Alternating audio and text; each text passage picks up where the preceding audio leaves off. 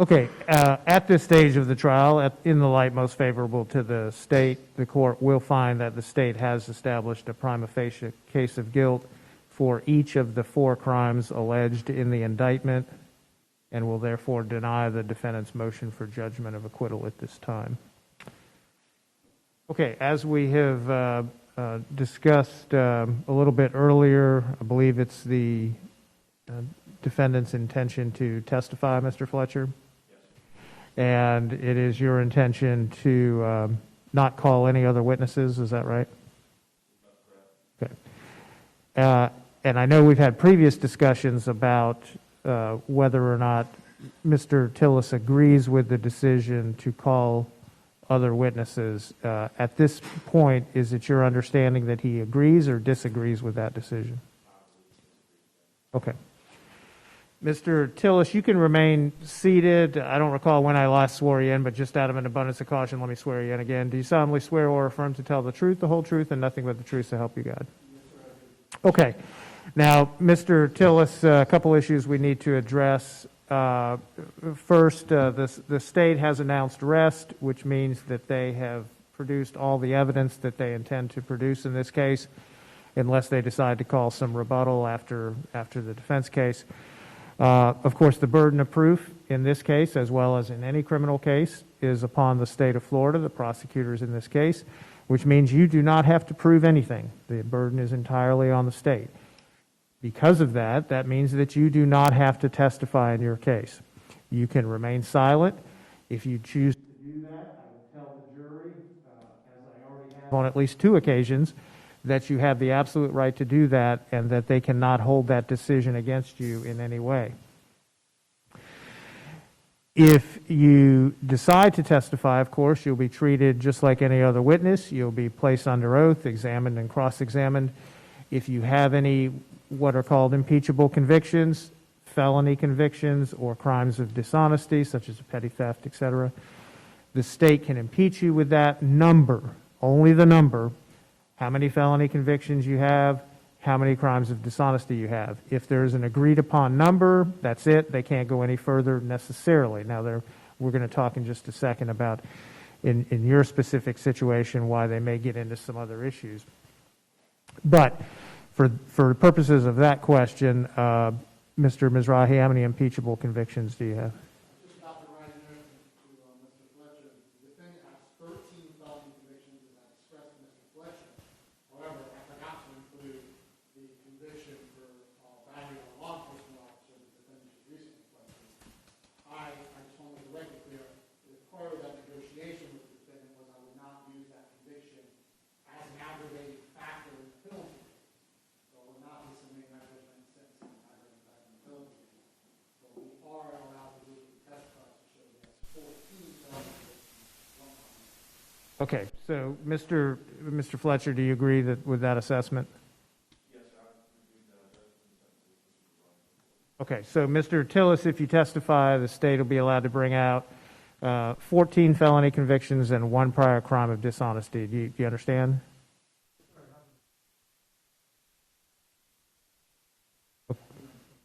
Okay, well, sure. How many felony convictions do you believe that you have? Okay, but you understand, for purposes of our discussion here, if the state says, so, Mr. Tillis, you've got 14 felony convictions, and you say, well, I don't know how many I got, they may be entitled to go into what those were, including the nature of the convictions and perhaps details if there's a discussion or a disagreement about that. Do you understand that? I understand your logic, Your Honor. The 14 will be the number. The reason I placed the objection on the record, post-trial, and you sort of conceded that I found out the 14 is the incorrect number, and then I would like this objection to be on the record and reserved for further objection. Okay, well, I understand what you're telling me, but I have no idea whether you're going to be convicted or not. What I'm most concerned with is making sure that you understand the rights that you have as a defendant in the trial before this jury and what the proceedings will be. So again, to be clear, if you decide to testify, the state is allowed to ask you how many felony convictions you have. If there is a disagreement, The law may allow them to get into the specific nature of some of those convictions, and I assume some of them are, from what I've heard so far, are violent prior felonies? Okay. So you understand that? Yes, sir. I will stay on number 14 felonies and 1 crime of policy. Okay. Now, as you know, there are many decisions that attorneys can make for you, strategy decisions and whatnot. The decision about whether or not you testify is not one of them. That's a decision that only you and you alone can make. Same with any criminal defendant. You have 2 very skilled, experienced attorneys. They've given you advice in this matter, I'm sure. You should consider their advice, but ultimately you make the decision. Do you understand that? Do you need any more time to consider your decision about whether or not you wish to testify?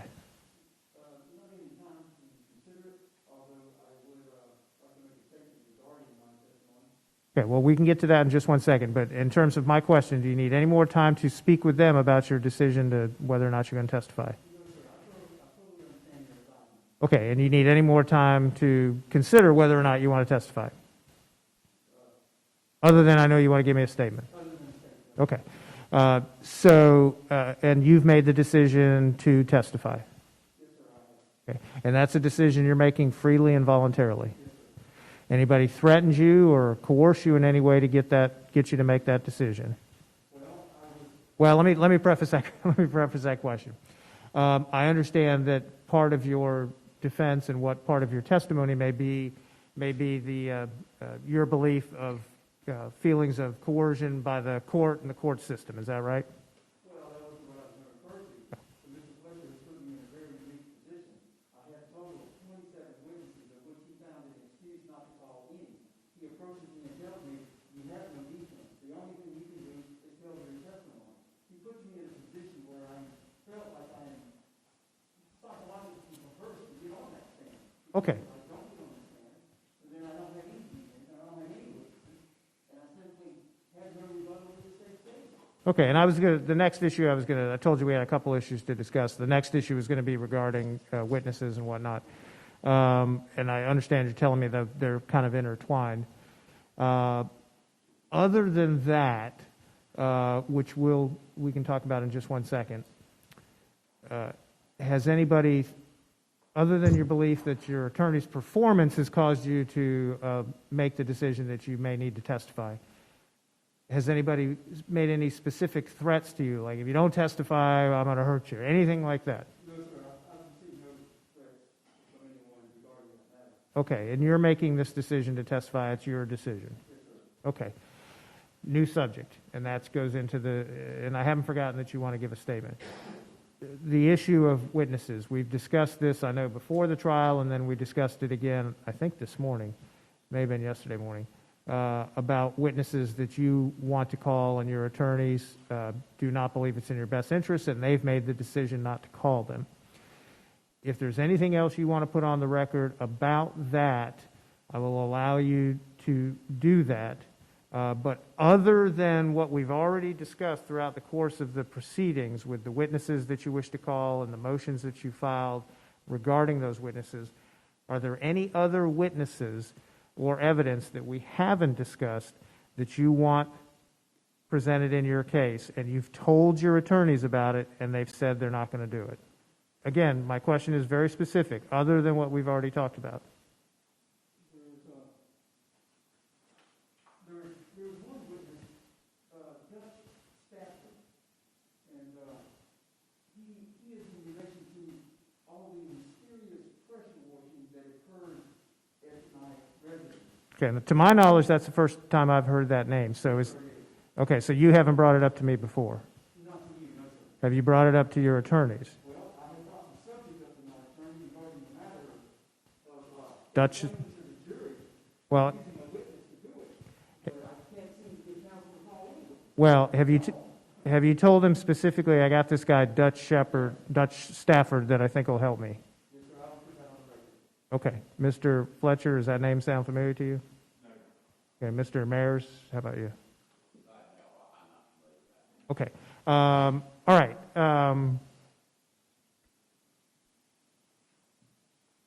Okay, now another question that I'm going to ask you, and then I'm going to turn it over to you for your statement. A question that is normally asked in this scenario right now is whether you're satisfied with the performance of your attorneys in this case. All I need from you right now is a yes or no. No, I am not. Okay. All right, sir. Go ahead with whatever you want to tell me. So the first thing I'd like to do, the first thing I'm asking is the declaration of self-representation, and that my defense is not being used at all. And the second one is that my decision to testify, I don't know whether the state or the court will even allow me such a decision, but my testimony is going to be limited in part, because at some point I'm going to claim fifth and not speak. I do not want to be questioned about anything involving the dismemberment of Joni Gunter. All right, make sure you're addressing your comments to the court, not to the prosecutor. No, you're fine. My testimony would be limited in that part, that anything to do with dismemberment only would be, no questions would be directed towards me regarding that matter. And the reason I state that is because this is the first trial. If I get on that stand and I start making testimony, I'm going to prejudice myself in the second trial. Because, Your Honor, as well as pretty much everybody knows, there will be a second trial. What trial are you talking about? Second trial is murder. I don't think that the appellate court is going to, I believe the appellate court will reverse and remand the case as it stands right now. And what I'm afraid of is that I get on the stand and I start testifying, and then that testimonial evidence will prejudice me in the next trial. So in a foresight position, I would limit my testimony on that stand to not discussing any dismemberment issues. Okay, well, you don't get to do that. Well, as I stated when I began, I didn't even know if that was legal. Well, no, it's not. But it's a fair point to bring up, and since you did, let's talk about it a little bit. Normally, what I advise defendants is what I just advised you a few moments ago, where I said if you choose to testify, you'll be treated like any other witness. You'll be examined and cross-examined. Encompassed within that is the notion that once you open yourself up to testifying as a witness, both parties are allowed to question you about all your potentially relevant knowledge on the case. And that applies to a criminal defendant just like it does to the next door neighbor or anybody else.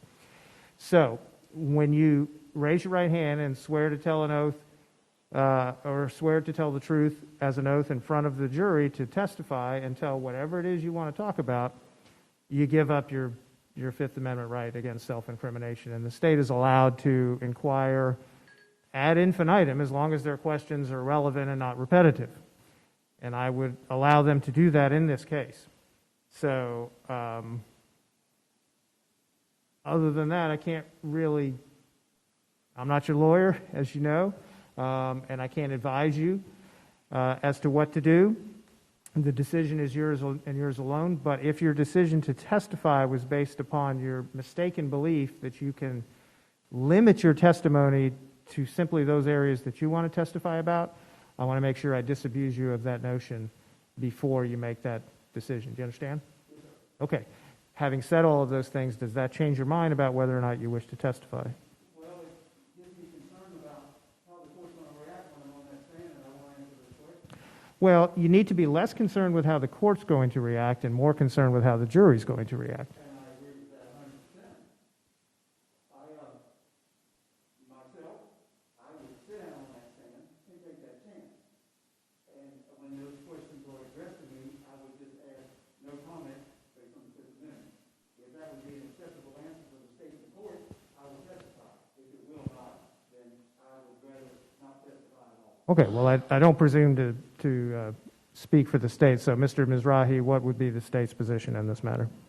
Well, the court has already indicated the state has a right to cross-examine the defendant like you would any other witness.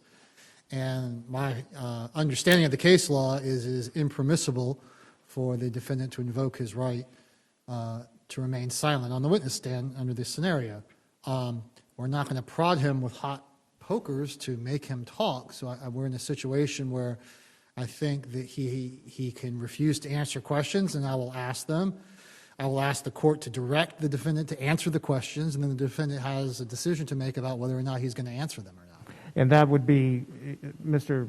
Tillis, that would be the procedure that the court would utilize, and it would go on for as long as the state continues to ask questions that would potentially be relevant. In other words, as long as they don't ask you the same question over and over again, they would be allowed to ask you 50 questions, and you would be forced to, under your scenario, to say over and over and over and over again that you're refusing to answer on the grounds that it may incriminate you.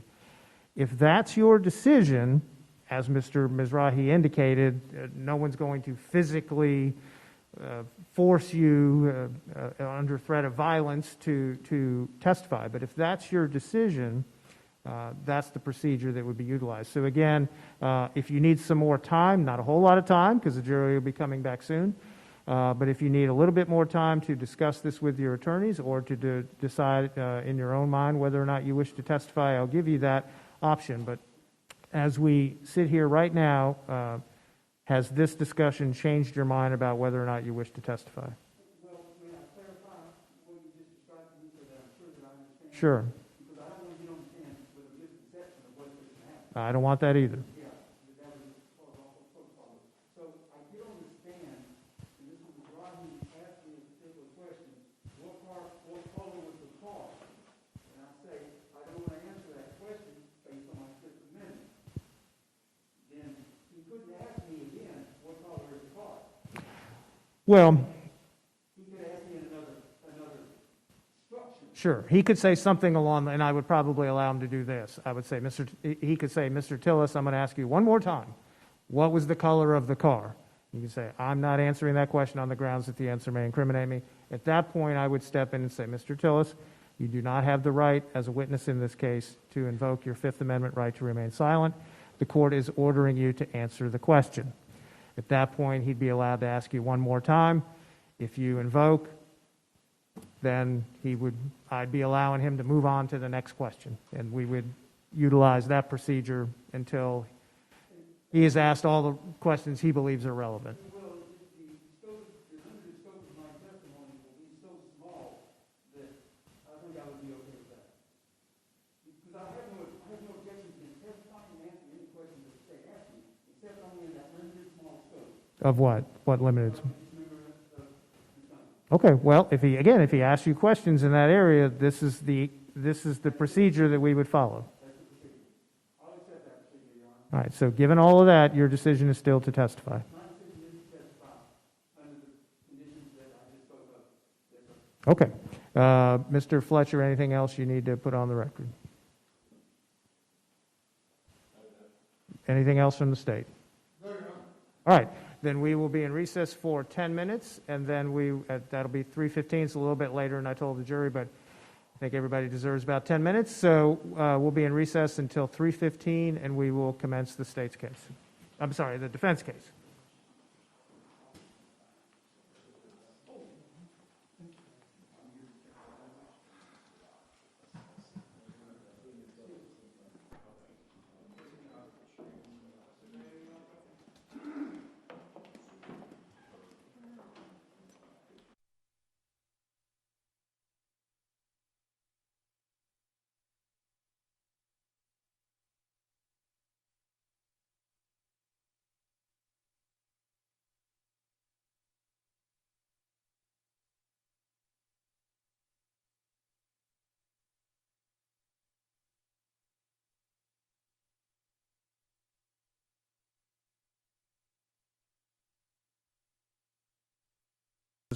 He's wearing the bandit, not the leg brace, so I don't think the jury would see him limping or anything. So I'm fine, if you're fine, with him.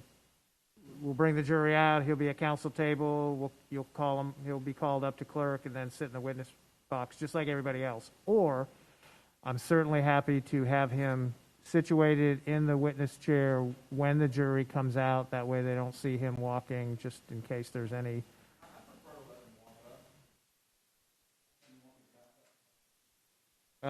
Wayne, which way do you want him to go? He's going to come around, so I think you're fine. Well, no, actually, Mr. Fletcher's right. I don't, that's too close to the jury. Yeah, so just come around the middle. Yeah, we don't care about Ms. Rahi.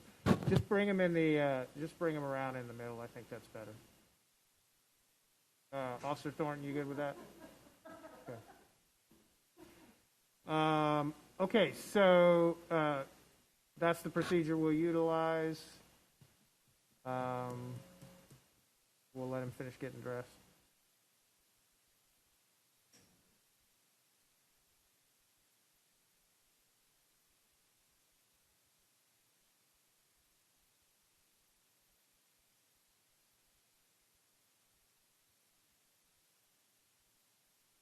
That doesn't apply to the defendant. Sure. Yeah.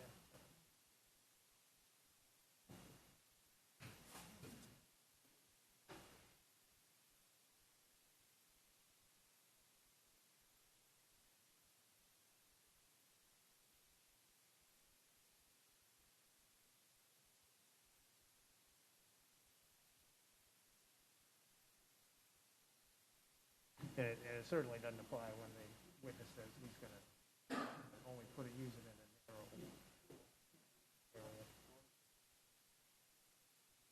Yeah, you can't call him specifically for that reason.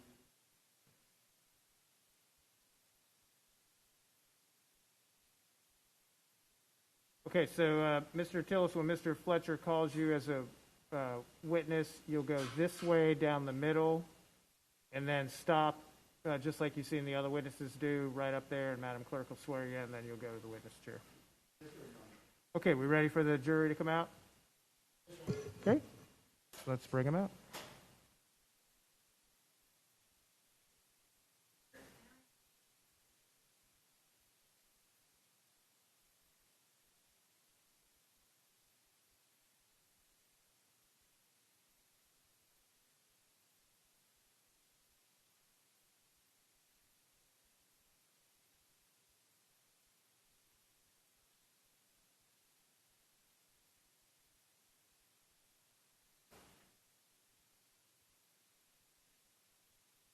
Okay, thank you. You may be seated.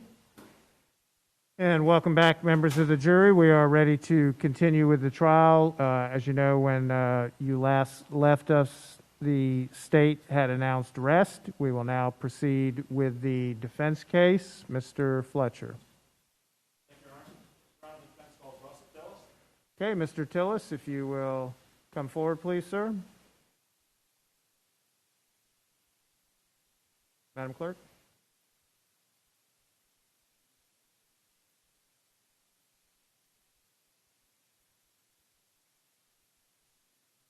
Thank you, sir. If you'll have a seat.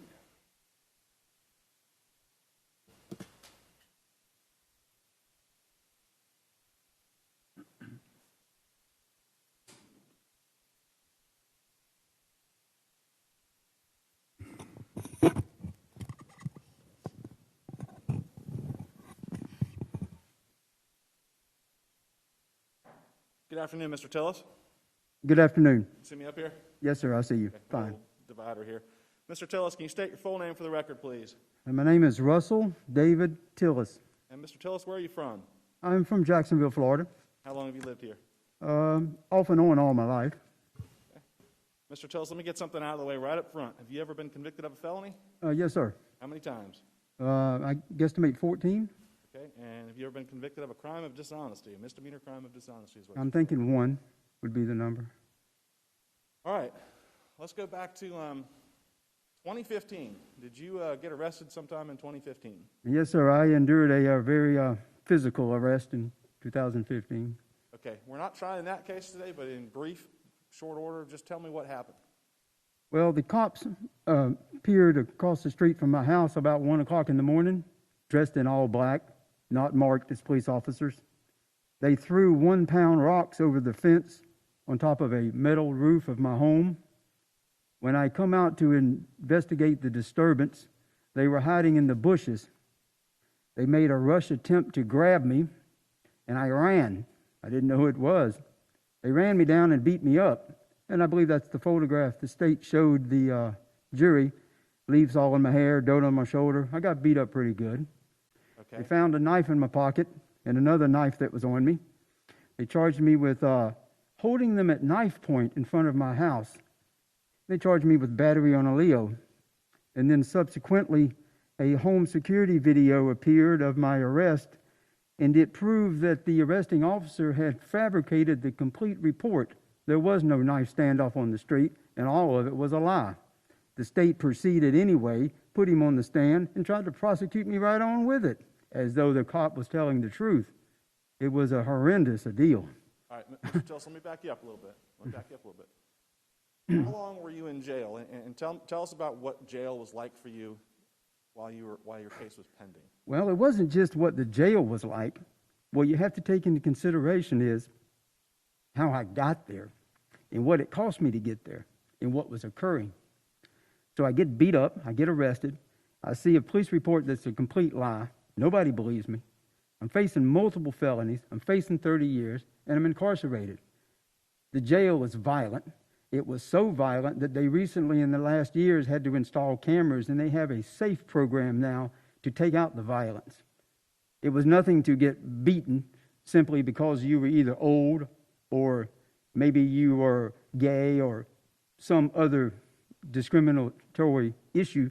You would get sometimes beat pretty good. It was violent. Okay, and you believed you were looking at 30 years.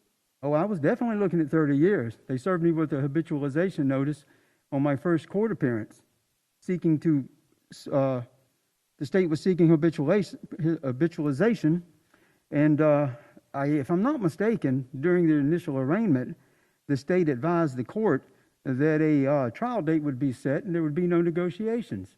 So they pretty much told me the first day in court, we're going to take these cops and we're going to give you 30 years.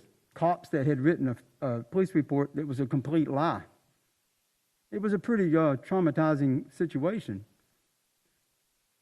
Okay, so tell us what you did in response to that. Well, I first sought the public defender's office, and I tried to explain to him what happened. They had me Baker acted into the 6th floor on the jail, said I was delusional. So I get out of that, and but that didn't stop the lawyer.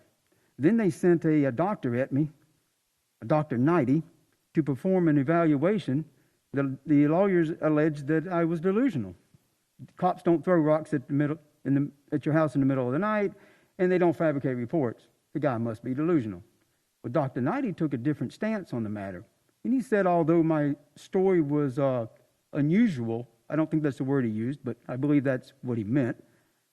Although it was unusual, it was plausible, and that the attorneys should solicit the evidence that I was suggesting and confront me with either the lack of evidence or the evidence, and then that would prove my delusionalness. Well, when Dr. Knighty performed the evaluation, I made a strict stipulation at the beginning of the interview. I would only perform the evaluation if he would send me a copy of the report myself, because I knew that if I didn't get a copy of that report from him, the lawyers would never give it to me. So he did. He sent me a copy. So when my attorney returned to visit me, at that time I believed Kevin Jenkins was the public defender representing me. When he came to see me, I laid the report on the table. His first words were, "Where did you get that?" When I explained how I got it, and I brought his attention to the doctor's recommendations, perhaps you should go solicit the evidence that he is alleging. Mr. Jenkins then told me that the doctor's report was irrelevant, and I received no assistance from the public defender's office at all. Okay, did you get frustrated with your lawyers? Frustrated is a mild word. I could use a lot stronger ones than that. And what was it that you think that was out there that they could get a hold of that would sort of exonerate you? Well, one, as I stated just a second ago, the video of my arrest. There were some homeowners that lived across the street. One of them was Lane Campbell that testified here. But Lane Campbell, she had such a opinion of me that I couldn't get the video from her. So I told the lawyer, hey, look, if you go to that woman, she's got a home security system, and she's got that video. And I know she saved it because she hates me that much. she would save that video, and she would watch it every Saturday night for entertainment, saying, hey, that's his arrest. But of course, they didn't believe me. Then the other was the 1 pound rock. I had one of those rocks, and it had ceramic tile on it. The cops, when they beat me up and got me off the ground, they weren't wearing gloves. So my contention was one of those cops was handling that rock. And his fingerprints, I've done construction all my life. I owned a small home improvement business. That ceramic tile would carry a latent print. I was certain of it. But they wouldn't do any investigative work. And that's why you got frustrated. Oh, I got frustrated. Boy, did I. Write letters to the court and complain. Yeah, about you. well, I wrote letters, and I did this, and I did that, but to no avail. No avail. And then what I decided to do was I'd waive counsel and represent myself. So I engaged in a little trickery to trick the cops into admitting what they had did. So I come into the fortunate position to meet a private investigator who, after reviewing the case, said that she would help me. So that was a bright light. So I took employee complaint forms and I filled them out, complaining that the cop had thrown deadly missiles at an occupied dwelling in the middle of the night, which is a second-degree felony. And I made all kinds of allegations how that rock, and I had a picture of it that the private investigator had provided me with, and then that rock was at a latent print analysis laboratory. And as soon as I got them fingerprints back, I was going to put that rock in one of those cops' hands. What I was relying upon is the cop's conscious. He knew he threw the rock. Even though he was denying it and he didn't write it in the report, he knew, and I knew. So I wrote the complaints. At first they told me, oh, you don't know what you're talking about. But when I showed them the pictures and I give them the little fake story, well, we admit to throwing rocks. So they admitted to throwing the rocks. Okay. They wouldn't admit to the fabrication of the police report. And I eventually got that too. Okay. So as all of this is occurring, how long have you been in jail at this point? I've been in jail about 6 years. And I don't mean up to today. I mean... Oh, when that occurred? Yes. Oh, well, I would say that was probably in the first... Well, like I say, I went to the arraignment. They served the habitualization notice. The lawyer said he wouldn't help me. They tried to put me in the mental ward. They sent the doctor. I'd say that was a span of about 3 months of all that occurring. And then when I realized that people are not going to help me, and they essentially told me, look, we're not going to do nothing for you. So I would say probably 3 months. And I'm guessing, so don't hold me to a particular date, but I'd say 3 months. And that's when I decided you file a motion to waive counsel. And what that does is it relinquishes your appointed counsel from representing you. And then you have the ability to represent yourself in this courtroom. And then I would be recognized as the lawyer. Then I would have privileges of hiring investigators and doing an investigative work that I needed in order to obtain the video of the arrest, things like that. So I guess about 3 months in, I waive counsel. I meet this private investigator who turns out to be a blessing, and then I move forward. Okay, so fast forward a little bit, because I Okay. wasn't supposed to go all into this, but tell me what happens at the jail, and is there a point in time where you get really depressed? Well, the depression was almost from the immediate arrest, but the depression escalated. I mean, it's a situation of something that would create a mental despair that really can't be described. But I mean, I lost the home, the freedom. I get arrested. I get a fabricated report. I'm facing 30 years, and all of that happened within about a month. And then I get into a violent jail. So, yeah, it's the depression was present from the arrest, but escalated very quickly in the first 3-4 months. Okay, did you continue to believe that you were going to get another 30 years tacked on? Well, I seen no light. Although when you're engaged in a pro se status and you're representing yourself in this courtroom, you receive an immense amount of prejudice from the court. You're not treated like a lawyer. You don't have the same, although the law states you do, in reality, you do not have the same rights as the lawyer. You're restricted. The court's prejudiced. You can't pick up the phone and call an expert. So, yeah, it was pretty depressing. Even though I was representing myself, I was getting nowhere. And it was easy for me to see that when you have a group of police officers saying, he did this, and they're all wearing badges, and I am the defendant accused of the crime, the credibility goes to the police officer. It's a no-win argument unless you have some real factual evidence to prove your point, being a video or something that the cops can't dispute. Only then will they admit what they've done. For instance, throwing the rock. They would have never admitted throwing the rock if I had not had a picture of one of the rocks. And it was an unusual rock. And the reason I kept that rock was because it was a piece of grout with ceramic tile. It had been removed from a home remodeling job. That rock was not a rock you find laying in a yard or laying on the side of the street. You find that in some sort of construction site. They had to have brought those rocks with them. My contention was he probably recognized the rock when he seen the picture. The rock was that unusual. Okay, let me fast forward a little bit. Okay. Go forward about 4, 5, 6 months. Is there a point where you get really depressed and you try to do something? Well, I came to court on January the 22nd, 2016, and I was in front of Judge Brillo right here, and I was trying to. Let me back up on that court day because I don't think it was January the 20th. It may have been the 22nd, but I was in front of this particular judge right here, and I was complaining to the judge that the lawyer wouldn't go get the video, and I was trying to explain, look, I've lived across the street from these people for 45 years. I know them. I know what they do. I know how they are. I know these people.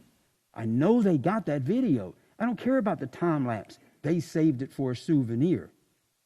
The judge tells me, you're probably just mad at the public defender's office for not getting something that doesn't exist. And he completely ignored me. And he did not instruct that lawyer to go look. He didn't, there were certain laws, like case law, for instance, sometimes you hear the lawyers quote in here. There is case law that law comes from that is supposed to guarantee each of us effective representation in a criminal proceeding. You're gifted that right by the Florida and the United States Constitution. It's a law. If you get arrested and you're indigent, you get a good lawyer. That's the law. And it is this man's responsibility to ensure that your constitutional right remains in place.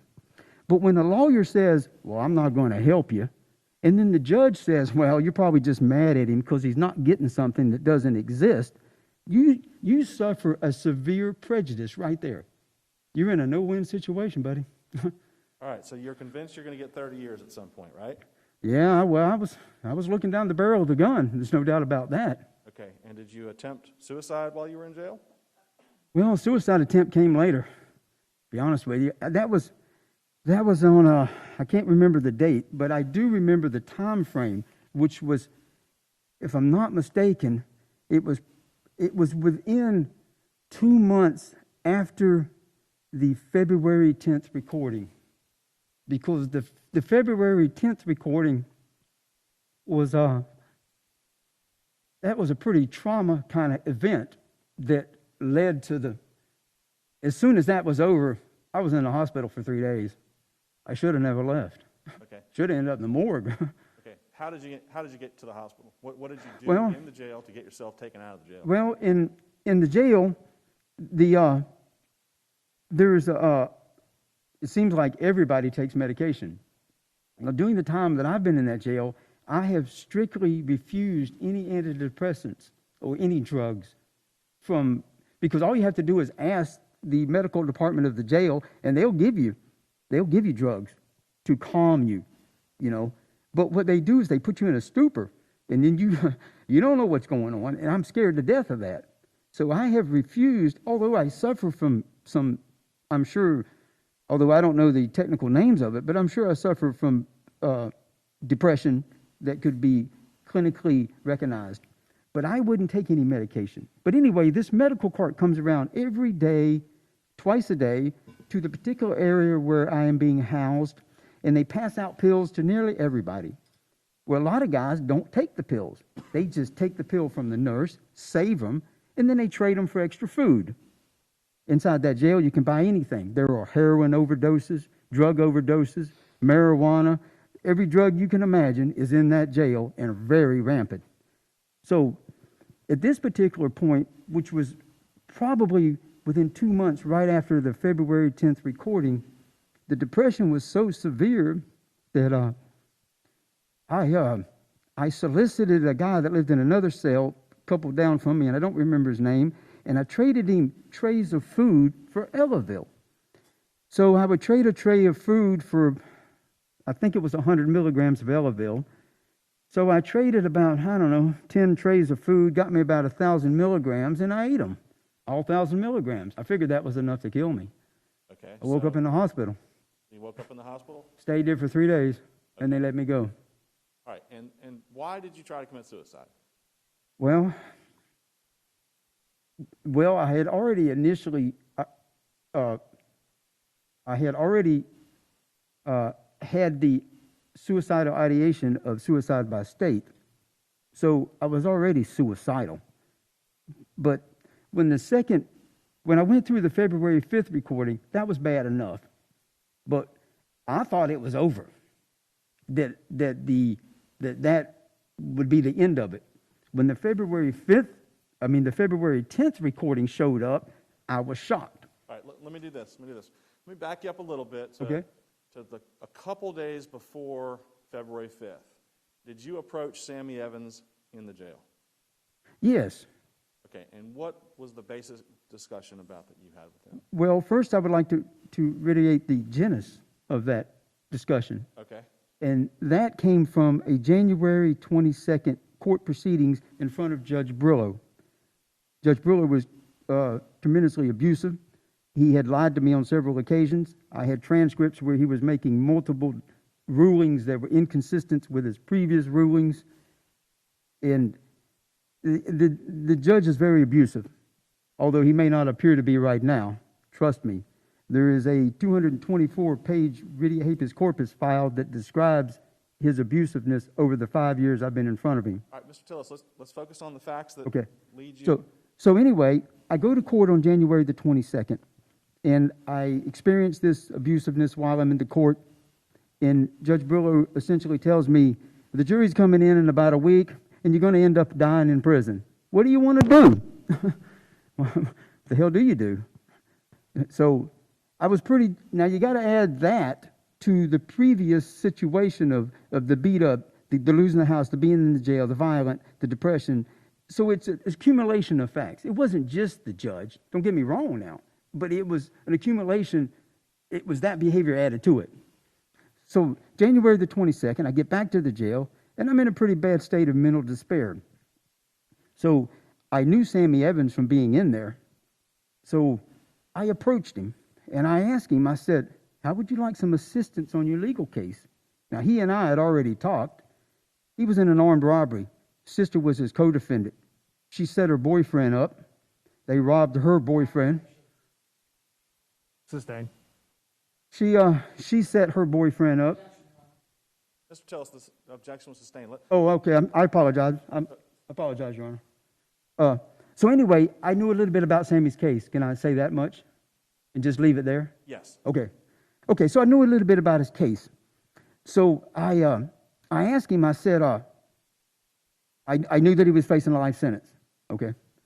And that he didn't have much of a defense at all. And he was going to die in prison. He hadn't been out of prison very long. So I approach him and I say, hey, how would you like a little assistance on your case? Well, he immediately was interested in the conversation. Okay, and so did you two hatch a plan, so to speak? Well, I told him my position, and I talked to him about him assisting me and at the same time receiving some assistance on his case. And he was in agreement to the deal. Okay, so what was the plan? Well, And this is before he's wired up, right? oh yes, this was, well, it was about 3 days after January the 22nd, 25, 26. So I'd say about January the 26th. The first recording occurred on February the 5th. So there's only about a 2-week period right there. Okay. Okay. So I come back from court on the 22nd of January. I approach Evans that day. He is immediately interested. And I tell him that I have knowledge of where a body is buried and that I want to confess to the police about this body.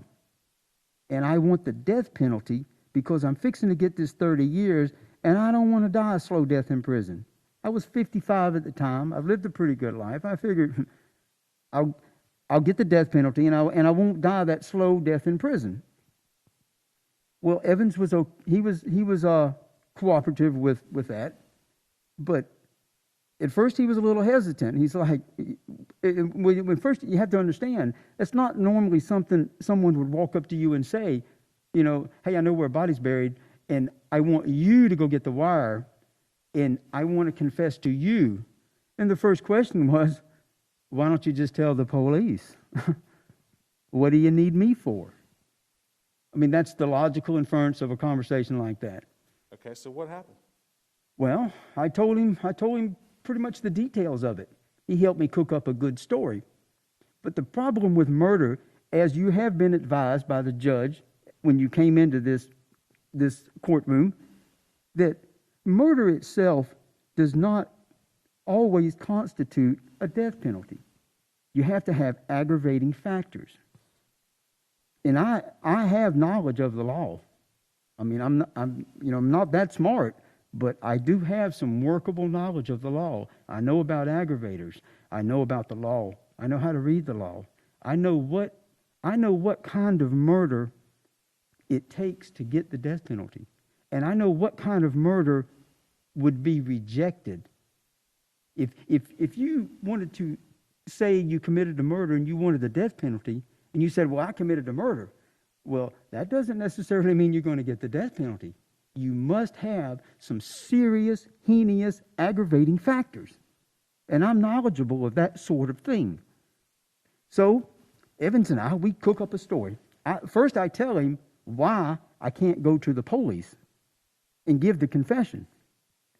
Okay, so once I convince him that, okay, I'm telling you the truth, and this is how I know where the body's buried, and this is what's going on, and this is the reason I can't go to the police. Now, once he understood all that, then he was kind of looking at me a little different. Okay, let me hear your story. So I tell him my story. He and I, over a course of maybe 3 or 4 days, we start fabricating this murder that we were both convinced would provoke the police, the state attorney, into seeking the death. So that I didn't end up confessing to a murder where the state didn't seek the death penalty. And then I'm right back to doing the 30 years in prison. I got nothing. Okay, so did you discuss with Mr. Evans these things, and then at some point he got taken over to the police memorial building and then returned, right? Before he got taken to the police memorial building, the problem with the cooked up confession was it had some serious holes in it. And those serious holes are the very reason I couldn't go to the police. If I sat down, if I had just picked up the phone, the TIPS hotline and said, hey, I committed a murder and I want to confess, they would take me over to the police memorial building. They would subject me to hours of interrogation in front of homicide detectives that take special courses in interrogation. And in the course of being interrogated, eventually that homicide detective would detect there's something wrong with my story. And that was the fear. That's why I couldn't go to the police. I didn't mind confessing to a recorder because the recorder wouldn't ask me any questions. And I have enough knowledge of the police in Duval County to know that once they find a body, the rush to justice, They don't care about any other facts, like finding Dave, finding Jimmy, the other multiple murders. They don't care anything about that. They got the body, they got the confession, and they rushed to justice. I relied upon that. So Sammy and I, we cook up this horrendous story, but then I start getting a little cold feet because you got to understand, I've got a pretty bad mental despair at the time. I'm depressed, bad. But I start getting cold feet because I think I'm going to get caught. All right, let me back you up a little bit. At some point, he gets a map from you, right? Yeah, that was why we were cooking up while we were doing, because at first he was a little skeptical. I mean, how many people just walk up to you and say, hey, I know where body's buried, and I'm going to give it to you, and you can trade it for assistance on your case? Okay, so you came up with this map. Yeah, I gave him the map. And you actually knew just how far from, like, the fence line to where the body was, and you gave that to him, Yeah, right? I knew exactly where the body was buried, and I knew the condition of the body. Yes, I did. And you knew it was going to be given to the police. And I knew it was going to be given to the police. I drew the map, I told him to study it, and then I told him to throw the original in the toilet and make his own hand copied, and then for him to allege that I just told him. But as you indicated earlier in your examination of witnesses, in a casual conversation, do I tell you how many paces it is from my front door to my car? My car's sitting out front, 36 paces from the door. It's Okay, so had he not told you he was going to be wired up and telling the police these things, and he just walked up and said, well, how many feet from the fence to the body and in what direction, that would tip you off that he's a snitch, right? Well, yeah, it would be inside that jail. They call it jumping on cases, and is very, very common. Although Detective Sullen was never questioned about how many times he uses jailhouse informants, I personally have witnessed inmates fighting because I wanted to jump on this person's case, and another man wanted to jump on the case. But I wanted assistance on my case so bad, I would fight this guy, and the winner would get to jump on her case. I mean, that's how rampant it is in there. So anytime a man walks up to you and starts saying, where's the body buried? How many paces from one place to another? And how far is it from the fence? Those would be indicating questions of, you get away from that guy quick. And as I just... On your case. Well, yeah, and as I just stated, and I'm sure that the intellectual ability of the jurors, you can tell, my knowledge of the law is, like I said, I'm not the smartest guy in the world, but when it comes to the law, I'm not that stupid. So if I'm in jail for anything, a parking ticket or whatever, and you walked up to me and says, hey, man, you ever do drugs in your house? You got some drugs in your house? What kind of drugs do you like? That would be a red flag as to, I would immediately stop communicating with you and move away from you as to the best of my ability. Although I am in custody and my moving away is limited, I would certainly try to segregate myself from you and not talk to you. Yes. Okay, so what happens on the day of February 5th, 2016? Well, an important factor leading up to that is that when I got the cold feet, in order for me to tell you what happened on the 5th, I have to describe to you, while fabricating this story with Sammy Evans, and I got cold feet, and I couldn't believe that the cops would put a wire on him and send him into the jail unmonitored, unsupervised, by himself. My thought was, they're going to send somebody to watch you and monitor you, maybe even escort you. And I became fearful that Sammy and I would be caught giving this bogus confession to the recorder. I tried to back out. That was around January the 31st, February the 1st. I tried to back out of the deal. Okay, so what happened But next? by then, Sammy Evans had become obsessed. All he could see was assistance. By now, he realized, this guy's telling the truth, man. He knows where a body's at. And a body, detectives will often tell you in that jail, if you got a body to give us, we can help you. Although the detective would never get on the stand and say that, trust me, it happens in that jail all the time. So Sammy Evans, at that point, realized, this guy's telling the truth. He knows where a body's at. He got obsessed with I'm going to trade the body for the assistance, because he had a no-win situation on a life sentence. So when I tried to back out, Sammy wasn't having it. Then it became a little abusive, a little threatening. I tried to back up. I was pretty depressed. So February 2nd, 3rd, right in there, maybe the 4th, then he kind of got threatening around the 1st and 2nd. And then the 4th, February the 4th, he didn't talk to me at all. And I kind of thought maybe he went on. You know, he's going to leave me alone. Because I'll be honest with you, at that point, I was kind of all over the place in a mental despair. But on February the 5th, I'm sitting on my bunk. I hear this at the door, and I look up, and there's Sammy Evans. He's got a writing pad in his hand. He immediately hands me a note before I can say anything that says, "I'm wired." And then he steps away from the door. Well, I took that note, and I balled it up, and I threw it in the toilet, because the cells are small. Sammy Evans didn't see that part, and that was a blessing, too. He didn't see that, but I didn't want to come out of the cell. He comes back to the cell. Then he lures me out of the cell. But then I don't want to go down to this. At the time, I didn't know where he wanted to take me, because we're in an area where I really can't get away from him. You know what I mean? We were locked in the jail. So he gets me out of the cell, and he gets a hold of my arm. And then he walks me down to an empty cell. And this is an important part of what you're hearing right now. Because what I'll tell you, and what Evans tells you, and what the record reflects, you're going to see Evans is lying to you.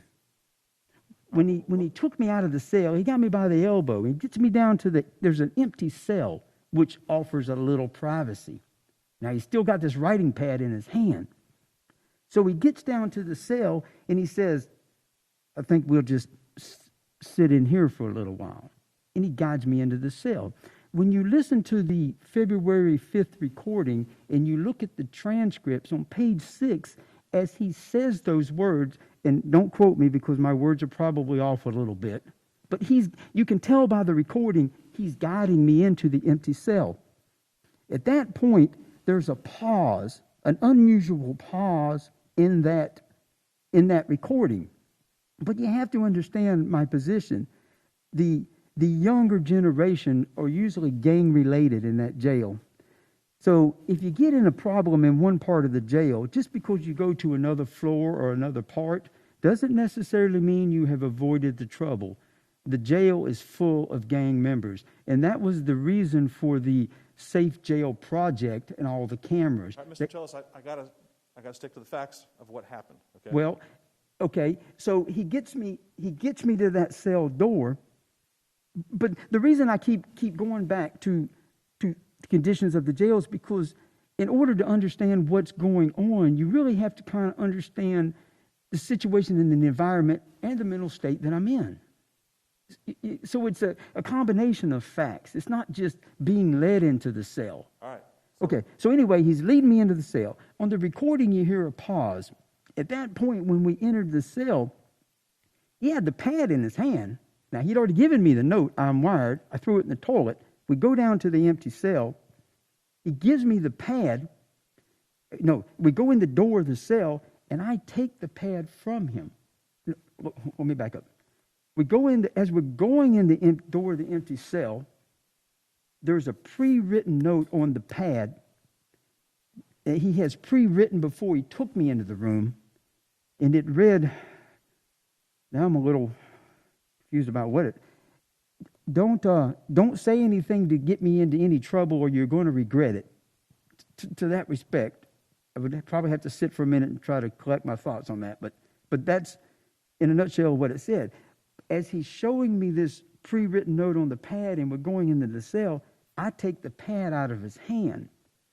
And then there's an unusual pause in the recording because remember, he can't talk to me about what's written on the pad because of the recording. So there's two conversations occurring simultaneously, one on the recording and one on the writing pad. As we enter the empty cell and he shows me the note, "Don't do anything stupid. You say anything stupid to get me in trouble and you're going to regret it." I take the pad from him, and then you hear the unusual pause. The unusual pause is he's looking for the pencil to give me so I can write a note back. I get the pencil. I scratch on the note. "I told you no." Now we're in the empty cell. He takes the pad and the pencil back from me. But you got to understand, there's a verbal conversation occurring on the recording at the same time. During the first part of the February 5th recording, and it's all up in the front of the recording, if you listen very intensely to Evan's conversation, there appears to be a distraction in his words, in a couple of unusual pauses. This man was writing while he was talking. And although you can't, obviously the audio recording doesn't reflect him writing, but the unusual pauses give a little support to it. Now, Sammy Evans later admitted that there was a pad in there, and there was two conversations going on. Let me go Okay, so anyway, we're in the room, and logically. okay, All right, so then you have this long conversation. We heard it yesterday and yeah, part of today. yeah, it was a pretty long one, yeah. Okay. How much of that confession is true? Well, You obviously, had weeks to think about it, right? well, obviously, the location of the body was. I mean, I couldn't rightfully dispute that, and I had knowledge of the body, and I had knowledge of the condition of the body. So if you took that out of the recording, there are a few other areas. One was my brother in a body shop with a stolen truck and calling me to help him, and that was true. Right. But that's a completely different story. Okay. How about the two other girls that you say you killed? No, that was all fictitious. The kidnappings, the other murders, the torture, the soundproof room, those were the aggravating factors that I had created that would get me the death penalty. I couldn't just say, well, I know where body's at and I killed this girl. Right. Because then am I going to get the death penalty? Right. So the sex trafficking, was there ever any sex trafficking in your No, house? absolutely not. No human trafficking in it? None, no. There were witnesses to that. And had you called my witnesses for this trial, perhaps there would be other people in here supporting my testimony. There was none of that going on in that house. Yes, sir. Was there a bolt in the floor that you could chain people down to? I believe Detective Sullivan answered that question for you. No, there was not. All right. And you heard allegations of females being chained to beds, and we went over with Detective Sullivan whether or not there was any scratchings on the bed frames. Remember that? Well, I heard some testimony that one witness, Hogg, was chained to a tree in my backyard. As the photographs will evident that I'm telling the truth, there were no trees at all in my yard. Okay. How she was chained to a tree in the backyard, I've yet to figure that out. There was a crashed, old, very, very wide tree just across the fence, right? Oh, there were many trees across the fence line, but you got to understand there's a chain link fence there. I mean, she was not chained to a tree in my yard. We cut the trees down and ground the stumps long ago for the room. There were no trees at all. There was some hedge out by the front that had probably 6 or 8 razor blades in them, and that's another story too. But those were the only living trees on that property, was that hedge out by the street. Okay. What about the story that you were out in California and you shot somebody out in California? Yeah, that was made up too. Okay. How about that story about, I guess you said you stole a car. I mean, you had to go from A to B. You stole a car because there just happened to be a guy getting out without the keys, and his daughter, you pull into his house with his daughter behind you. Well, that was kind of a filler story, yeah. There was a lot of conversation that wasn't related to the heinous mitigating factors that was also false as well. I mean, once he got me in the cell and he used the paper and he coerced me, and at one point he stopped me from leaving the cell. Once he got me in there and he got me, now remember, we had already talked about the confession, but I tried to back out. But once he got me in the cell and he got me into the coercion and he got me to talking, then it was kind of like, it was kind of like someone going to, I would liken it to this. You have a issue and you're seeing your psychologist every week trying to deal with this issue of something that occurred in your life, and you can't really get it out. And you have 2 or 3 sessions with the psychologist, and one day you go to the psychologist and he says the right thing and it all comes gushing out at one time.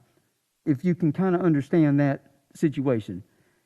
You take that and you place it in the empty cell. When he gets me in the empty cell, the rehearsed fictitious story, once he used the coercion, he gets me in there and he gets the story flowing, it kind of gushed out. And at some points, I was needing filler just to keep the conversation going. So you get a stolen car where I drove up in the daughter's yard, and you get other little stories that really aren't associated with the aggravating factors. They're just fillers to keep the conversation going while we are still communicating on the writing pad. Or he was doing most of the communicating at that point. The only thing I ever wrote on the pad was, I said no, or I told you no. I think that's how I wrote it. I told you no. And All right, so then that conversation ends, right? yes, that conversation ends. And were you aware that he had taken the recording back to jail? Oh, yeah, well, where else would he take the recording? He had it on. So he takes the recording back. And I think it's over at that point. Okay, so what happens a couple days later? Well, I'm thinking it's over. Then 5 days later, I look up, and there's he at the door again. He's got another writing pad in his hand, and he hands me another note. I'm wired. And I'm like, oh, no, not again. Not going to happen. I won't come out of the cell. I throw the note in the toilet, and I don't want to come out of the cell this time. But he gets me out of the cell, and he takes me. And what's interesting is that Mr. Evans has stated in his deposition, and although I don't know if he testified on Sustained. I can't go into what he stated in his okay. deposition. Well, anyway, there were allegations that I took him into that cell that were completely false. So he took me into that cell on 2 occasions. And the recording distinctly, as I just said a minute ago, if you listen to that recording, he is found saying on that recording, let's go in here. So there's no dispute about who took who in the cell. So anyway, he gets me into the cell, the same cell, on February the 10th. I throw the note in the toilet. He gets me out. I won't come out of the cell. He finally gets me out of the cell. He takes me back to the same empty cell, gets me into the cell, and then he starts asking me specific questions. Okay, what's he trying to get out of you? The most thing that he wanted was the cause of death. But that went right back to the reason I couldn't go to the police, because I didn't know it. And he knew that I didn't know the cause of death. But what had happened was he told the cops, I'm going to secretly record Russell Tillis and get this confession. Okay? The cops believed him. He comes in. He coerces the bogus confession out of me. He finally gets it. He goes back. The cops believe that he covertly recorded me. Well, when there's not enough information on the recording and it lacks that important information of how was this person killed, they come back to Sammy Evans and they say, wear another wire. You need to find out how she was killed. Well, Sammy Evans can't very well tell them, look, he doesn't know that. That's why he wouldn't give the confession to you. That's why I'm wearing the wire. He couldn't tell them that because the cops thought he secretly recorded me. So he puts the wire on it. But now he's in a catch-22. He's coming to me to ask for information that he knows I don't have. So he gets me in the empty cell, and then he starts pumping me for that. I take the writing pad and I write, you're asking me for things you know I ain't got. So now you have a verbal interrogation going on the recording, and you have an argument going on the writing pad. And if you listen to the February 10th recording, you'll notice something about that recording, but you have to be looking for it. It's not something that might jump out at the average person or the casual onlooker. The recording starts, and he's asking me questions. Then suddenly, there's an abrupt change of subject. What happened was, he got me into the cell, and he starts asking me questions he knows I can't answer. Then I get mad, and I write on the tablet, what are you doing? You know I ain't got that information, but he won't stop asking. So the argument ensues on the writing pad. When he sees my agitation and my point of breaking, you might say, he abruptly changes the subject for a cool-down session. Okay, you read a couple more pages of the transcript, the cool down occurs, and he resumes the interrogation. Then, after 4 or 5 pages of asking me questions that he knows I can't answer, the argument on the writing pad heats back up. He abruptly changes subjects again, and he lets another cool down stage. And that is a cycle you will see on that recording. And that that what was occurring behind the scene explains why the abrupt changes the subject. Why is he suddenly questioning me about this, and then he just abruptly changes and starts talking about his school years? And then he goes back to this, or he goes over to this. My point is that if you look for that pattern, it's there. It's there. It's evident. It's there. If you just take notice to look. All right, so you don't know how she died, so that's not on the audio, right? For the second conversation. No, and that, like I say, that was one of the problems with the whole bogus confession was, and it was a fear of getting caught. I didn't know the cause of death. Okay, let me go back to some of the things that you've seen here this week. You've seen pictures of your house, right? Yeah. Okay, tell us what you do for a living. Well, what I did for a living when I was arrested, what I was doing for a living? Yes, sir.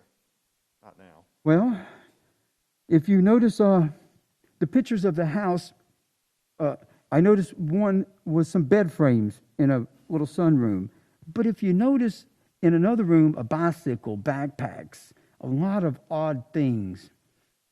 There was a man named Oliver that has a furniture store out on Main Street. He owns an empty lot at 16th and Main. It's a big slab of concrete.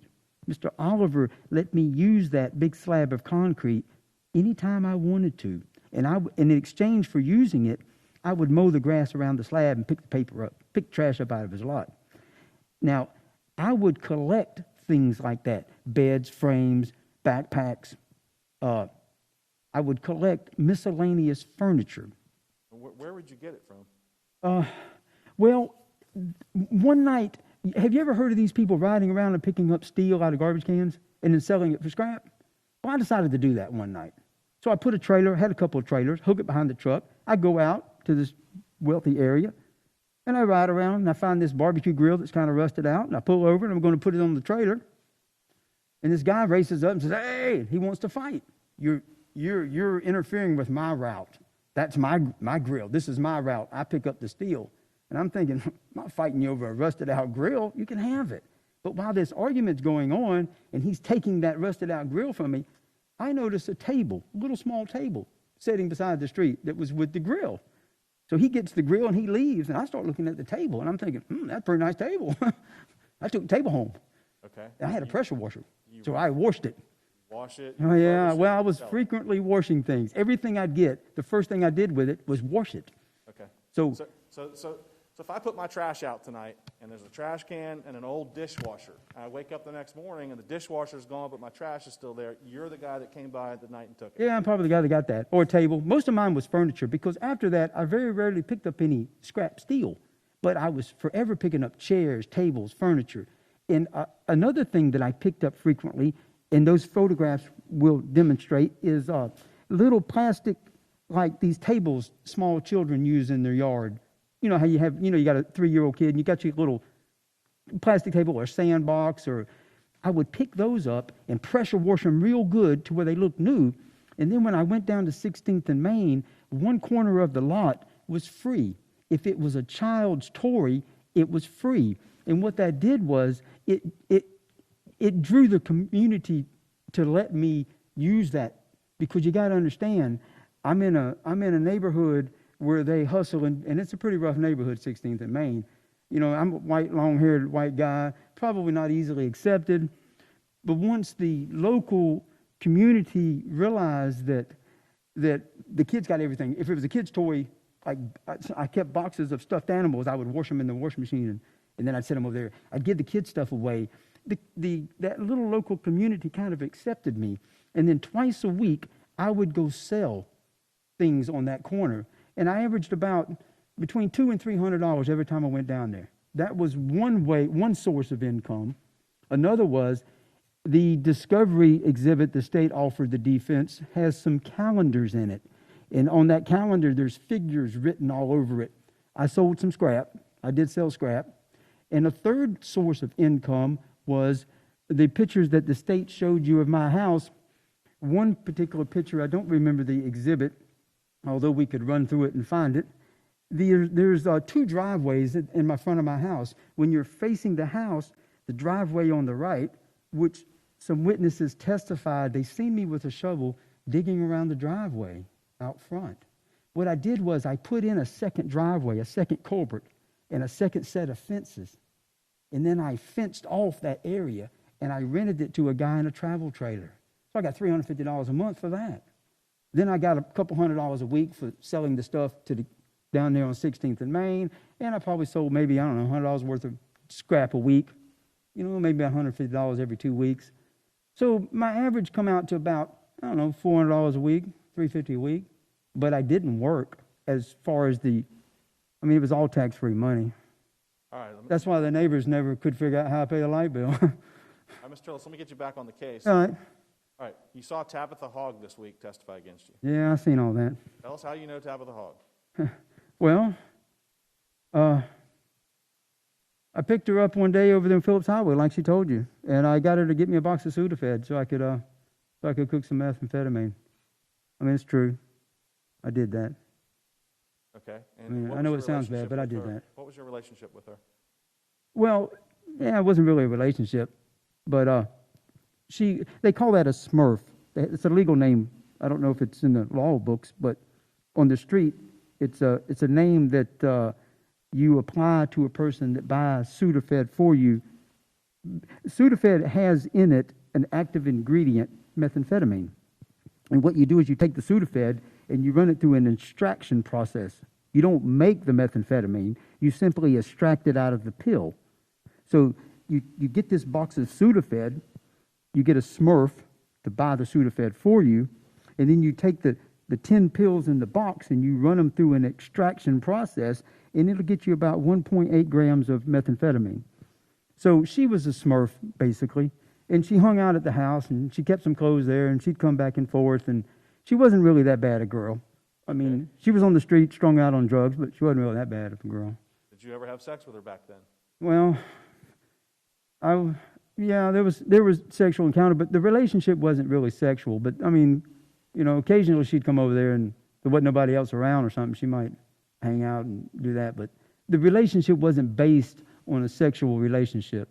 You follow what I mean? Yes. Yeah, I mean, I'm not saying it didn't occur on occasions, but how many occasions, I don't remember, but it wasn't about that, really. Okay. She alleges that you chained her to the bed. Yeah, she made some pretty wild allegations, yes, sir. To the tree that didn't exist. Yes, she made that too. Is any of that true? No, but she was in jail, and the reason I went down there is because, like I say, she wasn't really that bad a girl, and she didn't have anybody to give her any money, so I put a little money on her books. I go down and see her once a week, because when you're in jail, it's nice to get a little mail, and it's nice to get a visit. Those kind of things really, really help you while you're in jail. And having been in jail, I understand that. I understand what it's like to be there and there be nobody. So I went down there. I put money on the books. I seen her. She says, well, I'm getting out. Come pick me up. I go pick her up. But during the course of visiting her and putting money on the books, she gave me this story. Well, I'm going to be clean. Now, don't misunderstand me. I wasn't drug-free by no means. But any drugs I did, you might say it was a functional kind of drug. It wasn't a drug house where druggies all come and got high. And I didn't live that sort of style, although I did occasionally use drugs. So during the course of her being in jail, she alleges, hey, I get out of jail and we'll clean up a little bit. I've been clean this amount of time, I'm going to clean up. So I go pick her up. And as soon as she gets in the car, she wants to go get some heroin. And I told her, I said, well, now she gets out of jail, she's got her things, she gets in the car, she wants to go get some heroin. And I said, well, you want to go get heroin, I'll drop you off. I mean, myself, heroin is, in pills, that's not my drug.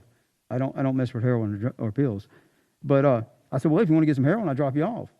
But I ain't waiting for you, and I ain't coming back to get you. So I drop her off. And she stays there 2, 3, 4 days, probably 4, maybe 5 days. Boom, shows up at the house, she wants her stuff.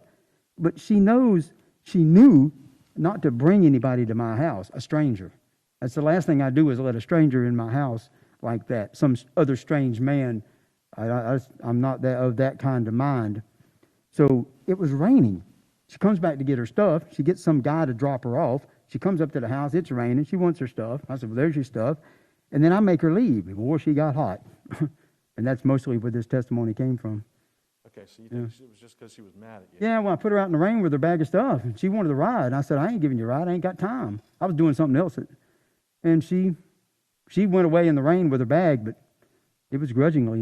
And then suddenly now she's testifying against me to a tree that didn't exist. Okay, let's talk about why we're here. Why are we here? Why we're That's a here. good conversation. Mr. Fletcher, before we do that, we've been at it a little over an hour, so let's take a comfort stretch break. Members of the jury, do not discuss the case, and we'll see you back in just a few moments.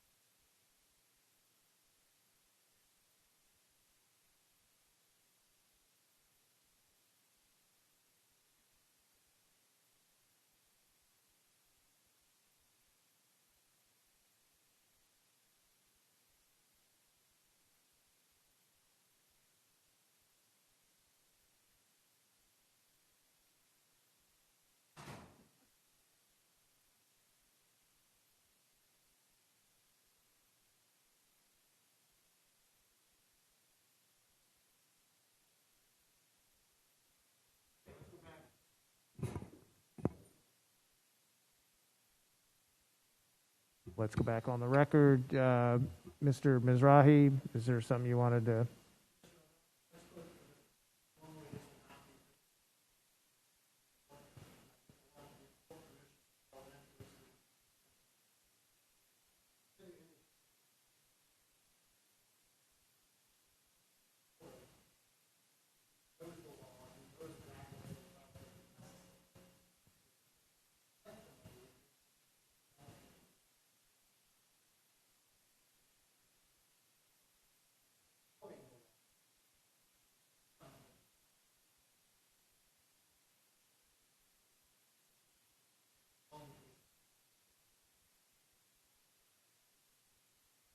Mr. Fletcher?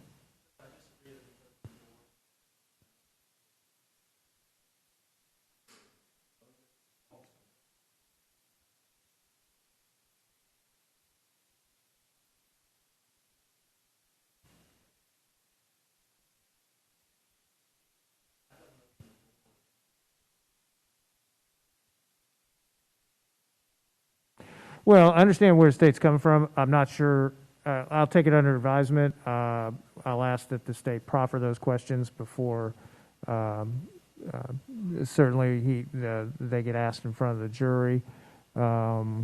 It may, there's no question that the defendant did, unsolicited, mention that he is familiar with aggravating factors and what they are and what that means. Whether or not he has the knowledge or indicated in front of this jury that he has the specific knowledge about aggravating factors relating to prior violent felony convictions, that's an issue that the court will consider, and whether or not I would grant the state's request. So in any event, we'll proffer it if that's what the state wants. If the state still intends to go down that route. Obviously, it's clearly unusual for a defendant to indicate knowledge on direct examination of aggravating factors. So in any event, that's my ruling or non-ruling at this point. No, I'd prefer to wait until after direct examination. You can probably do it at the beginning. We'll see how much longer the direct is. We may take another break. We may break for the evening. We'll just see where we're at the appropriate time. Okay, are we ready to bring the jury back? Let's bring them back.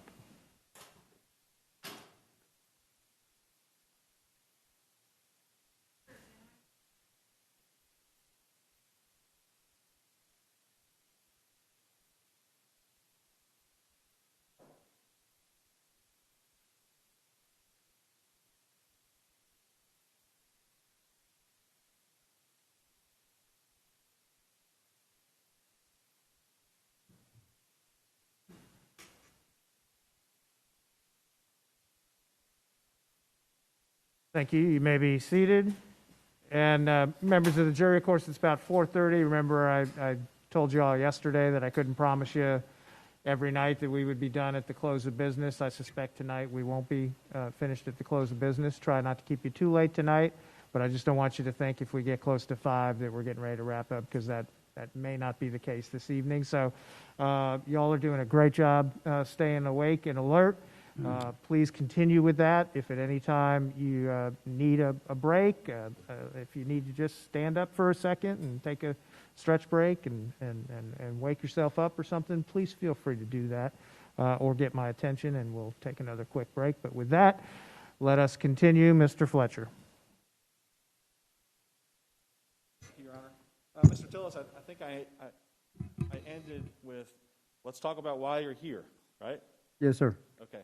So tell me about you already told the jury that you knew that there was a body in the backyard, right? Yes, sir, I have. All right. Tell me about that day. What happened? Well, specific what day?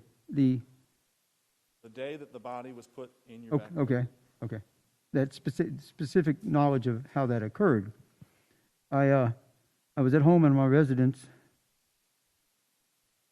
I want to say it was April the 24th. My birthday's the 22nd. It was after my birthday, before the end of the month. I'm saying 24th, 25th. And my brother arrives. He calls me on the phone. And he asked me, was I busy? I told him no. I always keep my front gates locked. I have neighbors that call the police every day. 3 times a day, sometimes the police are on the street in front of my house. My gates are always locked. He calls me on the phone and he says, open the gates, man, I'm on my way over. So I go out and open the gates, and I hang around for him to drive up in the yard so I can lock them behind him. And he drives up in the yard, but he doesn't get out of the car. And after I lock the gates, he says, open the garage up. So I open the garage. That garage where you've seen those tools and all, it's a 6-car garage. It's a very, very large garage. I open the door and he drives the car in the garage. He gets out. And he's a little distraught, hysterical kind of, put off. And he said he needs some help. So he gets out of the car and he wants me to help him with a problem. He goes around to the back of the car and he opens the trunk. And that's the first time I've seen Joni Gunter. What did you see? Well, she was in the trunk, and there was a mass amount of blood on her chest when she was dead. He wanted me to get in the car with him and help him go down the street and dispose of her, but I wouldn't get in the car. And I told him, I'm not getting in the car. Absolutely not. Okay, so what happened next? Well, after a brief confrontation about me not getting in the car, that conversation ended. Okay. Was your brother trying to get you to cover for him? Well, he was trying to get me to assist him in covering up whatever had occurred. Mind you, I don't know, nor have I ever questioned him about how Miss Gunter met her death. That I never breached that conversation with him. Okay, so why did he come to you? Have you covered for him in the past? Well, many times. You got to understand, we're both in our mid-50s, close age. As the detective testified, my brother was once caught with a stolen truck in his body shop. That is one documented situation. The bill of sale that Detective Sullivan was talking about was used in that stolen truck situation, was written in my handwriting, and I'm the one that provided that bill of sale for him to elude arrest for the stolen truck. Okay, so tell the jury a little bit about how you accomplished that. Okay, so I'm at home one day. I don't remember the day. I just remember it was the middle of the summer, about 2014 summer, June, July. You'd have to check the police reports to get the date because I don't know them. And my brother calls me on the phone and he's hysterical. pretty much not quite as bad as it was when he showed up at my house with Ms. Gunter, but he was hysterical. And he said, I need some help. And the police are all over my house, and I got a hot truck in the shop, and I need some help. He said, my son's going to be over there in a minute. So he hangs up, and his son shows up just a few minutes later. Son drives up, and he said, Dad sent me over here. And so I asked him for the VIN number off the vehicle, because in Florida, it's an open title law. You don't have to have a notarized title. It can be open. So bill of sale is a legal tender. Doesn't have to be notarized. So, but I had to have the VIN numbers. You can't write a bill of sale without an ID number on it. So I asked him for the VIN number. He said he didn't have it. My brother had just told me on the phone that the police were all over his house. So I take a deed to the property that I'm living on, and I get in the truck, and I go to my brother's house, and I get out with the deed, and there's cops everywhere. They got 2 records in there. They're retrieving the stolen vehicle. They're retrieving the vehicle that the stolen parts are going on, and there's cops everywhere, probably 30, 40 cops in the yard.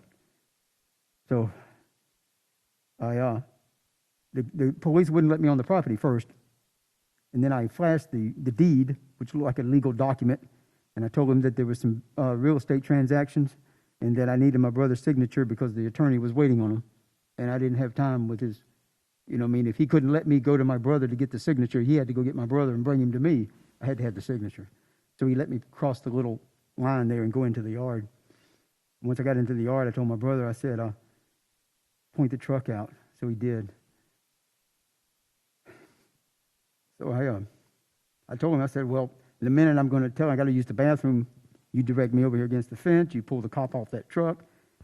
So I went over to the fence to use the bathroom, and he draws the cop's attention.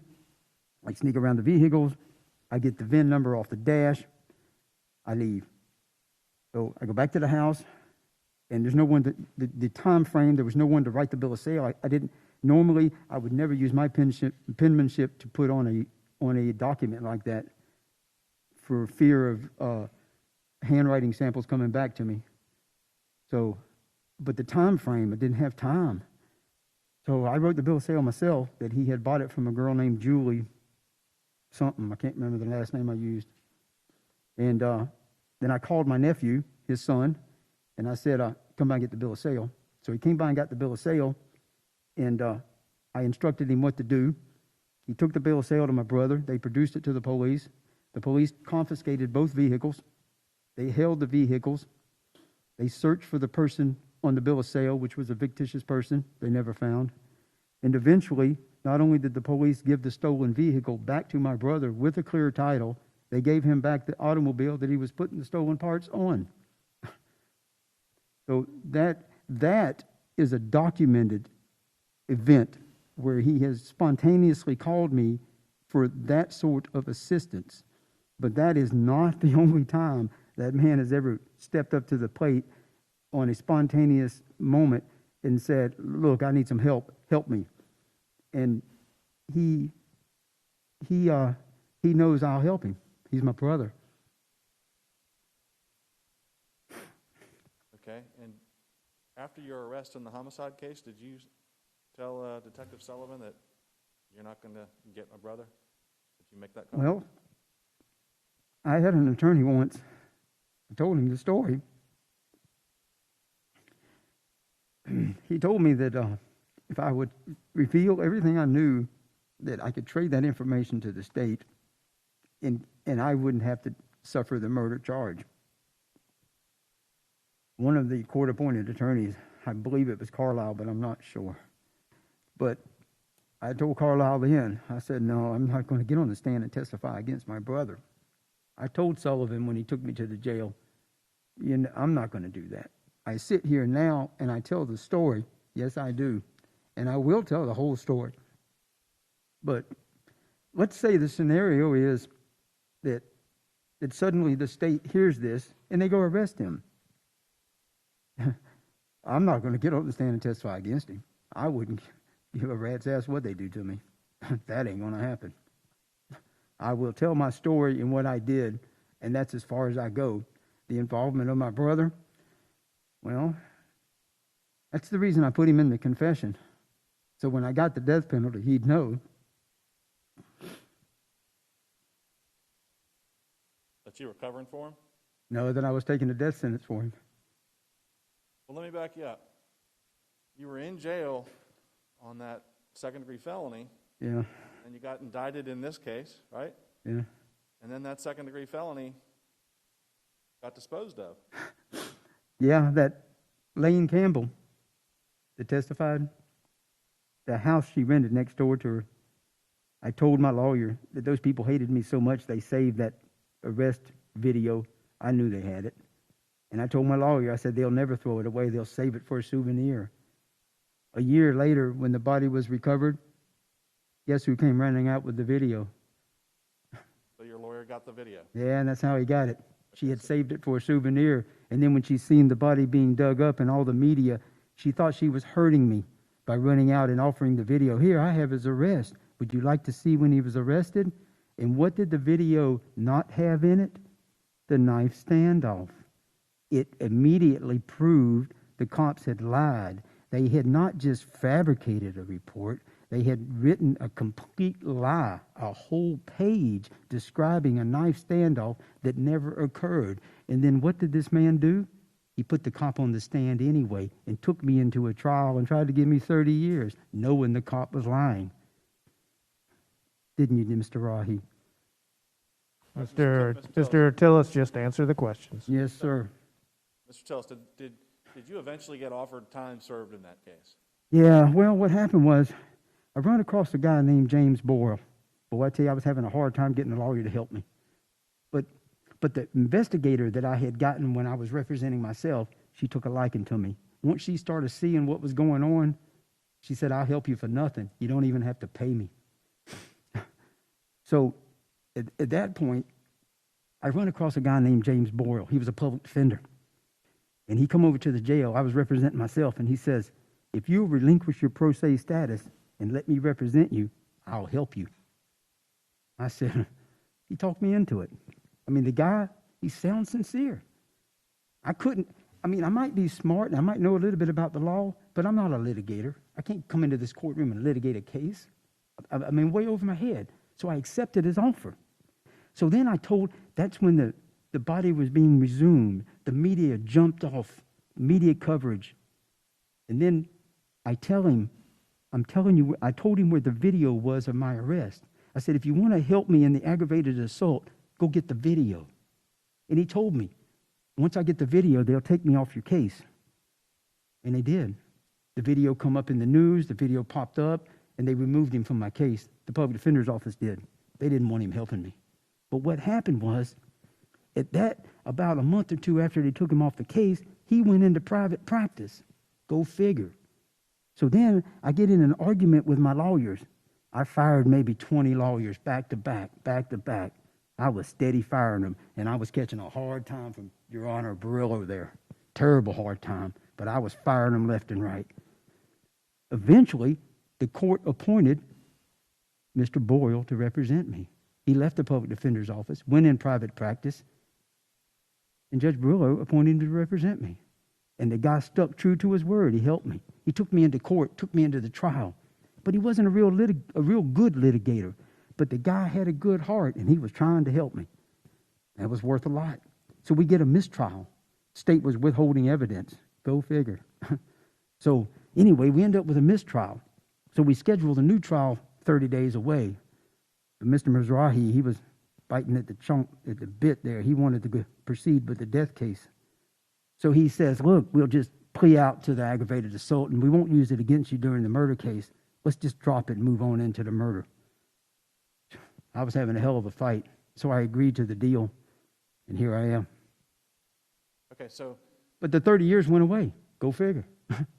30 years went away, but now you've confessed to a first-degree murder and Boy. Sex trafficking and human trafficking and all that stuff, right? I've done all that, yes, sir. Okay. Was any of that stuff really done by you? Well, it was a hell of a mess. But All right, so as you're proceeding through the court system on the first-degree murder case, you want all your lawyers, and I think I'm your 12th, right? well, I haven't counted, but you're up there. You're in the double digits, yes, sir. Double digits. And I've tried to fire you multiple times. Okay. Yeah. There's one person you wanted to be brought to the courtroom that whole time. Who was that? Sammy Evans. Yeah. But see, the thing was, when I was telling my lawyers that Sammy and I were, that I was aware that he was wearing the wire, and that he had, none of my lawyers believed me. None of them. They kept telling me, you're nuts, man. The dude had a wire on. He caught you. You confessed to a murder. You're going to have to wear it. You did it. And I said, no, you don't understand. This dude, I knew he was wired. But Evans, he had a very convincing story. And he had the police to back him up. No, Evans recorded him secretly. Even the cops all thought he did. So no one believed me. Nobody. But then again, nobody believed me the cops were throwing rocks at my house. But I proved that. Nobody believed that the knife standoff never happened. But I proved that. Nobody believed that that I knew he was wired. Nobody believed it. But I proved that too, didn't I? How did you prove that? What did you do? Desperation. Tell the jury, break it Despair, down. Tell them how it despair happened. and desperation, right? I got mad at you because I wanted to forge the note, I'm wired, and I wanted you to help me. But ethical reasons, you couldn't do it. But I had to respect that. I mean, you jeopardized your career bringing false information into the court and lying to Judge Brillo. I really couldn't hold that against you. Yeah, I can't do that. No, You understand? well, yeah, right. So what I did was I filed a motion to waive counsel, and I kicked him out of the way. I can do it. I'm not held to any ethical standards in front of this judge. After what I've been through in this courtroom, I didn't really care. Okay, so at that point, I was fired, right? Yeah, you were fired. You were standby counsel. You were still present, but you just, Come to court when you came to court. yeah, you'd stand beside me. But I was the lawyer. So tell the jury what you did. So what I did was, Evans had written several letters to the police begging for assistance. Yeah. Soon as he turned in that 10th recording, he wrote a letter. He was wanting to get paid. I'm telling you, that man was desperate. And he was obsessed with getting out, trading that body for the assistance. And he was begging for it. But what happens in a criminal case is, if the state receives some evidence, they must give it to me so I can examine it. So they had to give me Sammy Evans' letters. Sammy Evans has a very distinct handwriting. So what I did was I took the letter and I took some drawing paper that was kind of clear and I laid it on top of it. And I drew a grid because Evans slants to the left with his letters, a very unusual handwriting. So once I got the grid drew to his handwriting, I took the grid and I laid a piece of paper over the top of it because I remembered I'm wired was written right in the middle of the page. It was only 2 words. I couldn't confuse them, but they had to look good. And he had that distinctive handwriting. So it took me I'm representing myself, I'm the lawyer. So it took me about 2 weeks. So I forged the note, I'm wired. And it looked good. So then, now I got the note. I put it in an envelope. Now I allege that is the note he gave me. Then I file a motion. I need a handwriting expert because I'm going to put this letter in Sammy Evans' hand. I need a fingerprint analysis expert because his fingerprints are on it. He gave me the note, but I knew it was forged. So I turned my motions into the court just like a lawyer. But what does Judge Brillo do? True to his prejudice to all pro se litigants, he denies all of the motions. He won't give them to me.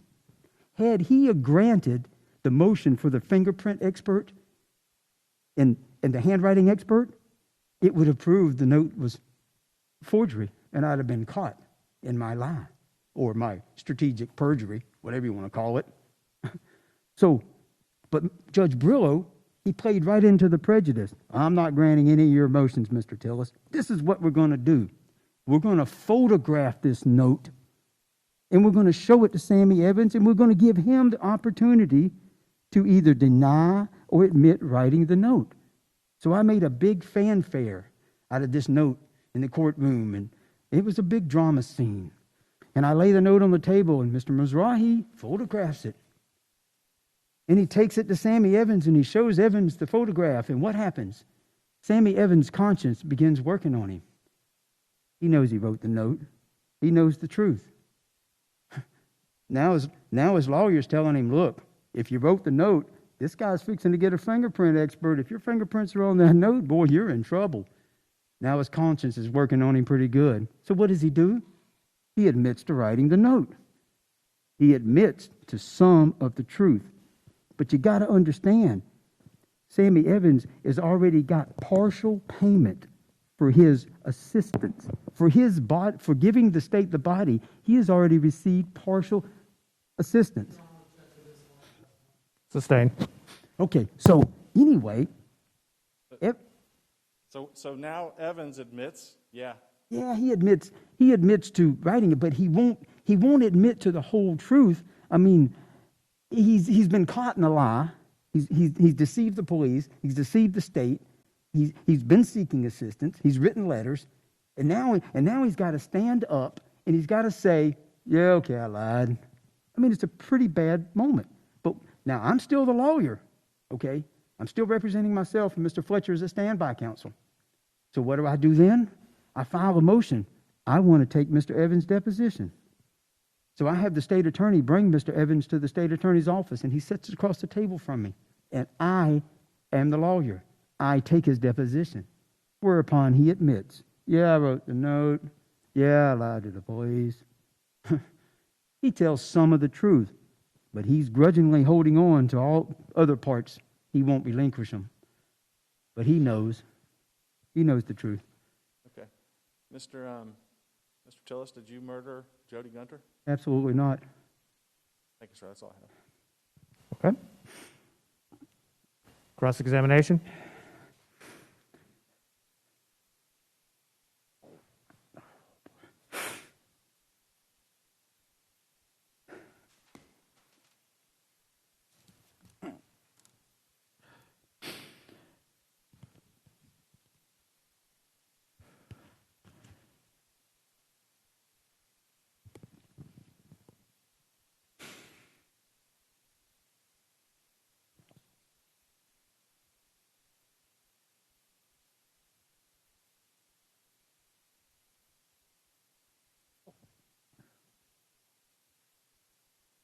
Mr. Tillis, to begin, I want to make sure that we're clear about, have you ever been convicted of a felony?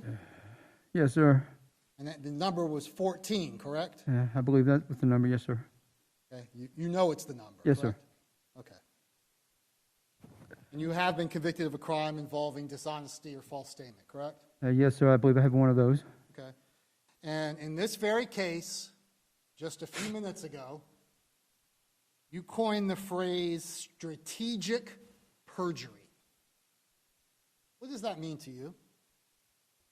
That means when you're facing death and you know that this man is going to go in front of a jury and lie to the jury and get you a death penalty because he's written it in a letter to the cops, I'll testify against Mr. Tillis. He was telling the detective, I'll go into the courtroom and I'll lie and I'll get Mr. Tillis a death penalty. Well, So despair, depression, desperation. I strategically perjure myself. I forge a note and I trick him to tell the truth. I did that. Right. You will perjure yourself when strategically it benefits you, correct? I think when the truth is involved, all means are on. Mr. Tillis, when the truth is involved, lying is what is necessary. Is that what you're saying? No, that is not what I'm saying. Mr. Tillis, you have the greatest interest of any witness in how this case is decided, correct? To be honest with you, I don't really care about the death penalty, Mr. Marahi. Okay.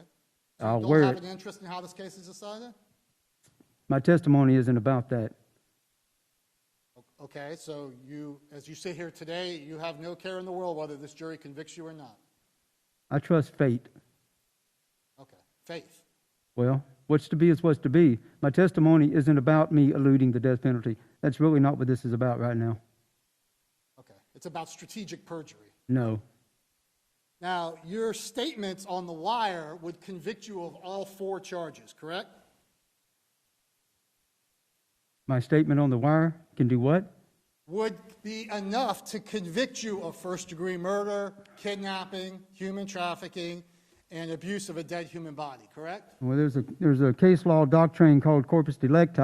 I don't believe you've ever proved the body of the kidnapping or the human trafficking. You didn't hear the testimony about Joni Gunter's dismembered body just by the medical examiner? How is that the body of a kidnapping? You're telling me Joni Gunter's remains constitutes a kidnapping? Okay. I don't understand that one. Let me ask this one at a time. You would Okay. agree that if what you said on the wire is true, you're guilty of first-degree murder, correct? If I said what... If what you said to Sammy Evans is true, you're guilty of first-degree murder, correct? If what I said to him is true, it wasn't true. I understand that. Okay? I'm giving you a hypothetical. Hypothetical situation. If it was Yes. true, yes, I would be subject to that. If hypothetically, if what you said is true, you'd be guilty of kidnapping, correct? Yes, sir. Hypothetically, if what you said was true, you would be guilty of human trafficking, correct? Yes, sir. Yes, sir. And hypothetically, if what you said was true, you would be guilty of abusing a dead human body, Yes, sir. correct? Yes, sir. I'll give you that. So I want to go through and discuss with you all the truth that exists in that recorded statement, okay? Well, that may be a problem because I don't remember all of what's in the statement. It's Okay, rather... Don't worry, Mr. Tillis, I remember, we got it recorded, so Well- we'll just go through it. I think this will be real easy for us. Okay. All right. I'll try to... Your address that you lived at, 3551 Bowden Circle East, was true, correct? Yeah, that was true. And you lived there, correct? Yes, sir. That was true. And in the main part of the house, at least, forgetting the trailer part, you lived there alone, correct? Yeah. Yeah, I say that. Okay? And your house was scheduled to be condemned and demolished, correct? I don't think it had been scheduled at that time, but That's there... about, you're right, it was not scheduled. It had been condemned, and at some point, it was going to be demolished. Well, the condemned notice had been hung on the fence, but the scheduled demolition, not to my knowledge. You knew that it was possible that based on the condemned notice that your house would be demolished. Well, there's always a possibility. Right, and that's what you were talking about. On the wire, Yes, sir. it was a prelude to introduce the statement. I understand it was a prelude, but it was a true prelude. Yes, sir. correct? Yes, sir, is the answer, right? Okay. Well, I did know that the place was condemned, and it was possible to be scheduled for demolition because of the condemned notice. Yes, sir. Okay.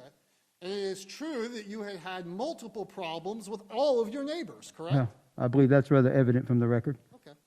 And you talk about that on your wire, correct? Yes, sir. Okay.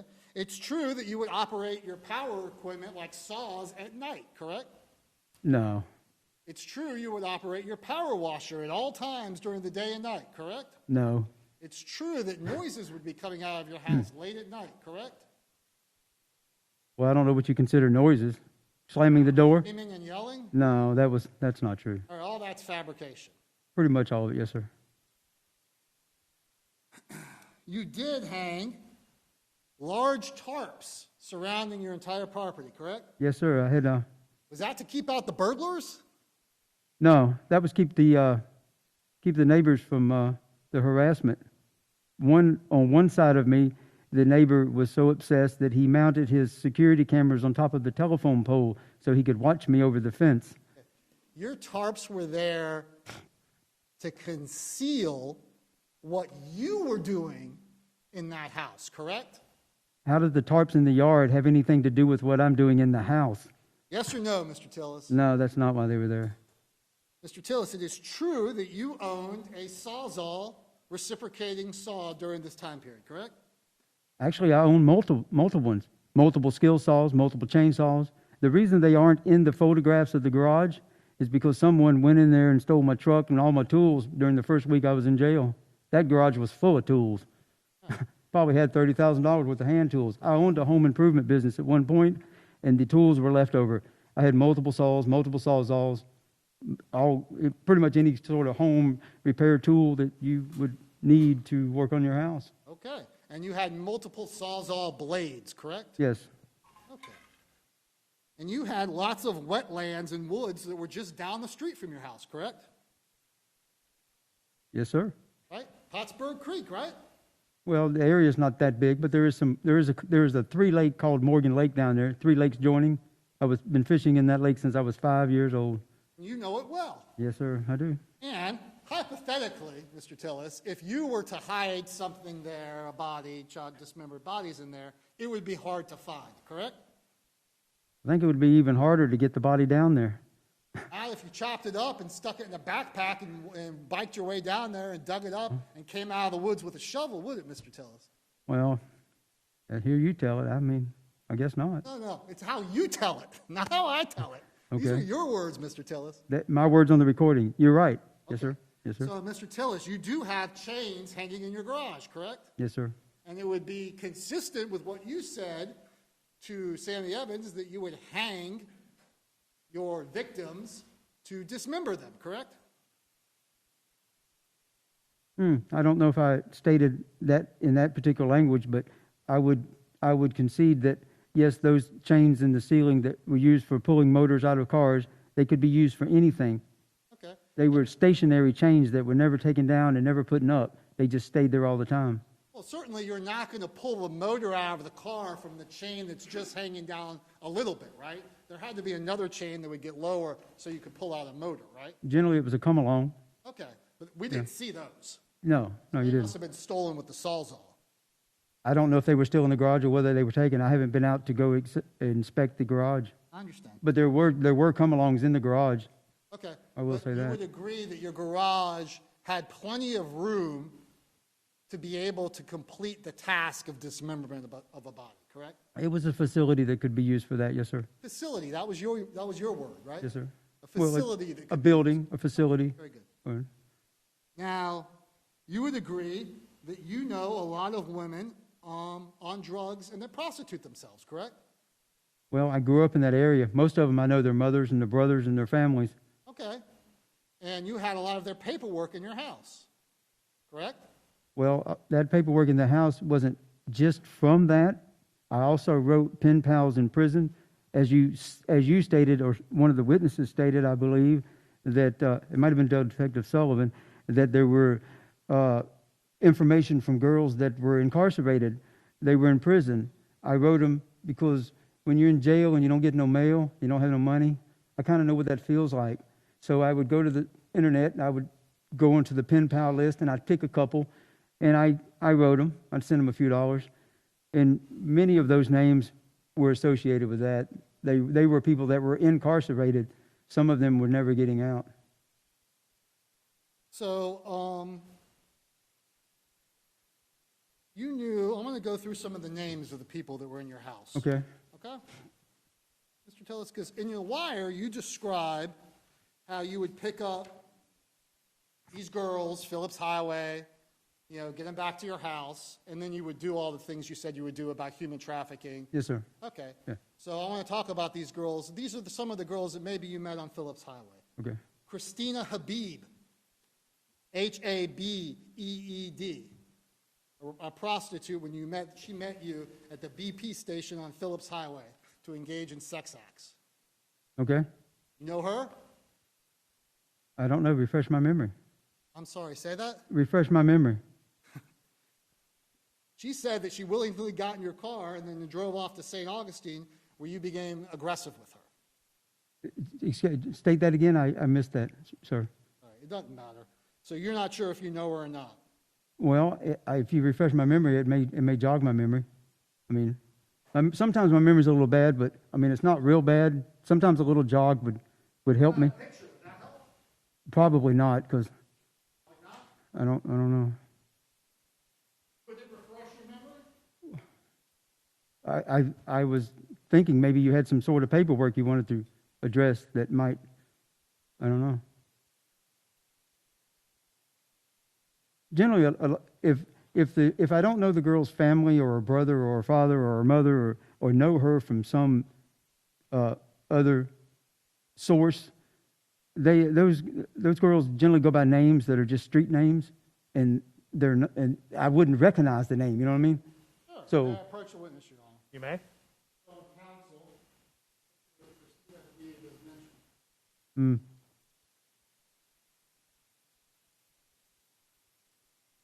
No, she doesn't look familiar. Not that I recall.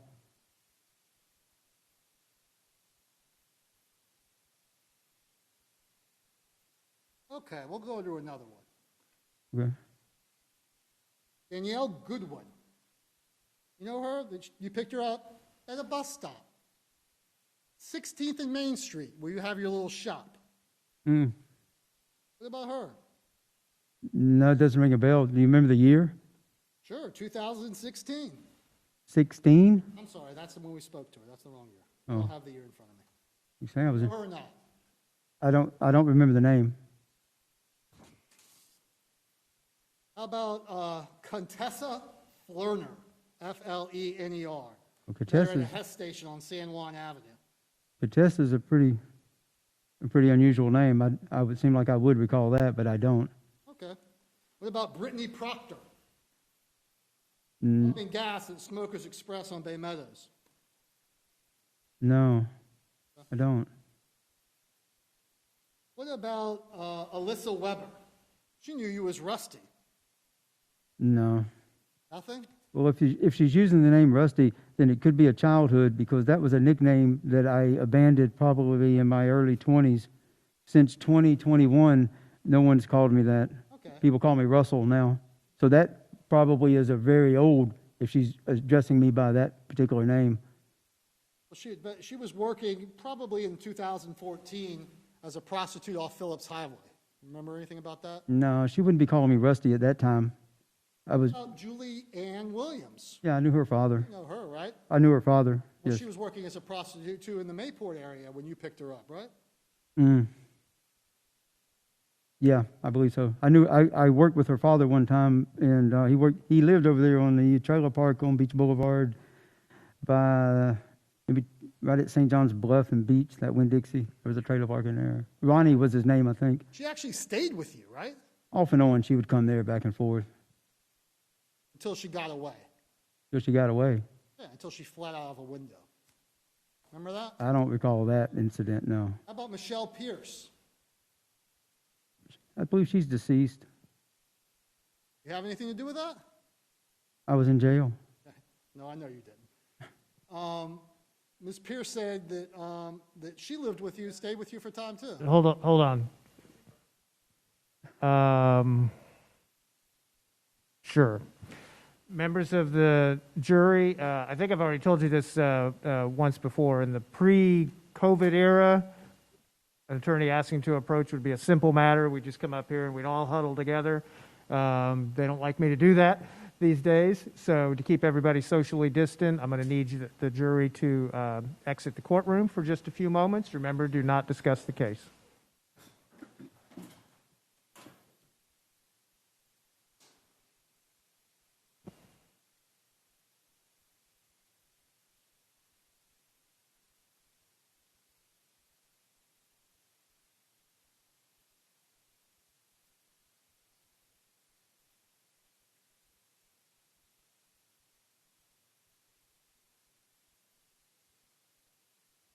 Karen, this stopped working, by the way, but we'll deal with it in a second. Want me to go sit over here? No, sir, stay where you are.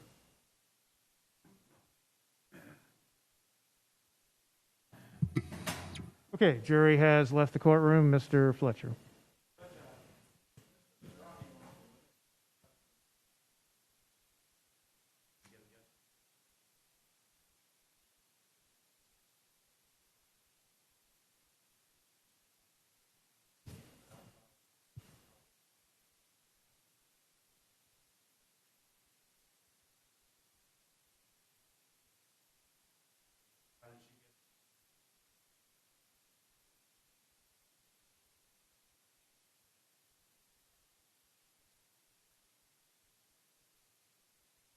State.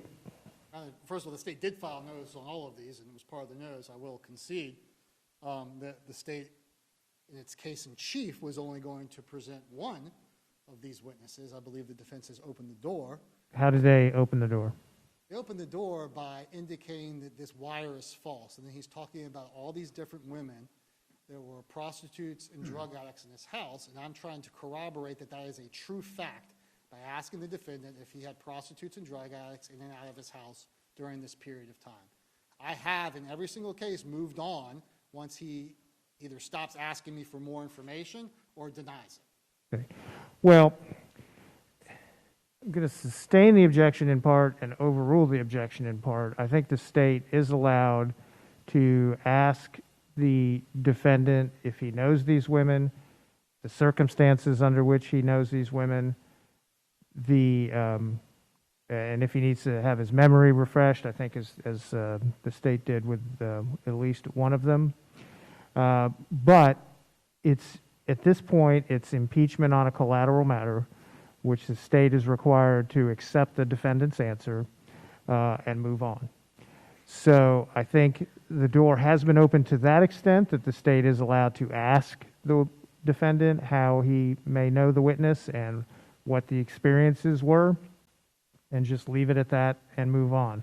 Court's not ruling whether it's potentially admissible in rebuttal or what have you, but that's where we're at.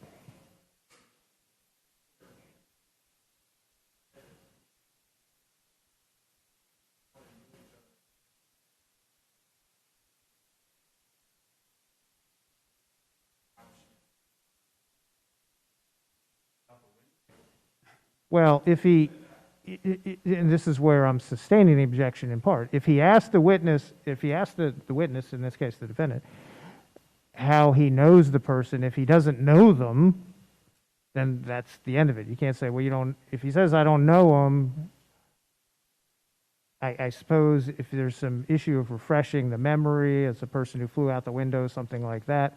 But for the most part, if he's got to take the witness at the answer, and that's the end of it. So, I mean, if there's an agreement that they know each other, then at that point, the state may be allowed to go a little further. If he says he doesn't know him, that's the end of it.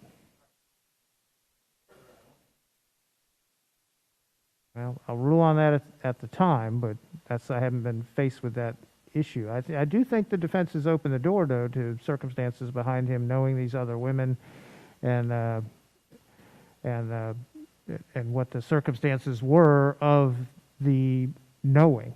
I mean, look, at this point of the trial, and this began with the defense jury selection, seems to me that all cards were on the table. The defense, basically, you can call it a hypothetical, you can say whatever you want, but the defense in their jury selection put forth evidence of the defendant's prior bad acts, including violent sexual acts. That's been there. Now, that's not evidence, but then continuing with the clear defense in this case, including the defendant's testimony here, I think that has opened the door. So I think my ruling is clear. If he doesn't, it's impeachment on a collateral matter. State has to accept the defendant's answer and move on. All right. May I consult with my attorney? No, not in the middle of your cross-examination. No, sir, you may not. Bring the jury back in.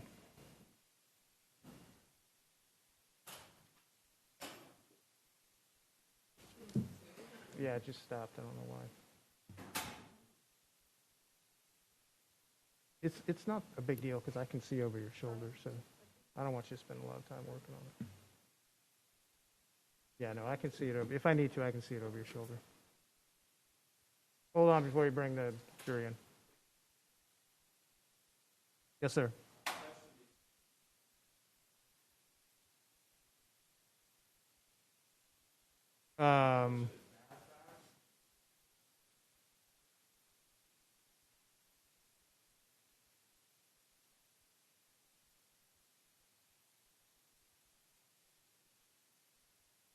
Well, your motion for mistrial is denied. I don't think there's been anything objectionable to this point that hasn't been either been overruled by the court or sustained by the court as I saw appropriate. I don't think the jury has heard anything that was unduly prejudicial. Let's put it that way. Okay, let's bring him in.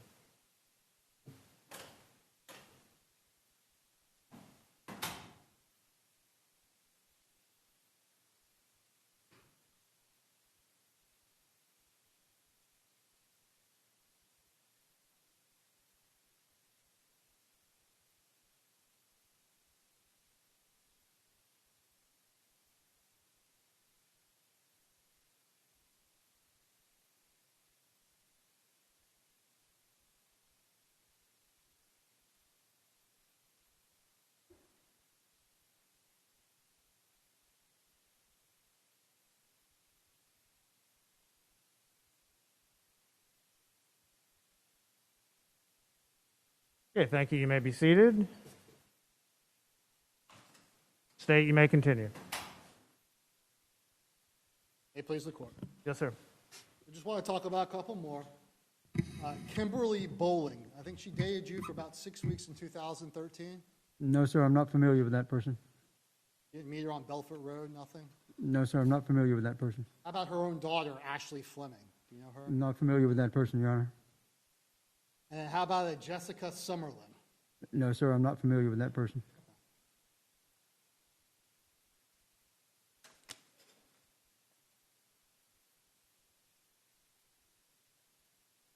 I want to talk for a second about the police officer case. All right, I think you were clear on direct, but I want to make it very clear Yes, sir. that you pled because the state wanted to get forward on this case, correct? That's why the negotiation happened. Well, the best of my recollection, Leah Hogg was prosecuting the case, and you were, No, just yes or no, Mr. Tillis. yes, sir, that's exactly what you did. And you pled to, it was well over 2 years of time served, right? You probably know the number of days. I don't remember the days, but I would assume that you're correct, because it was at least a year and a half, yeah. You pled guilty to the felony battery of a law enforcement officer. I believe that was the final charge. It was reduced down on the agreement that it would just go away if you plead to it, and it wouldn't be used in this case. But I see now that it is. I don't want to debate you about that. Yeah. But you're the one that brought it all up, not Yes, sir, me. I did. Okay. So,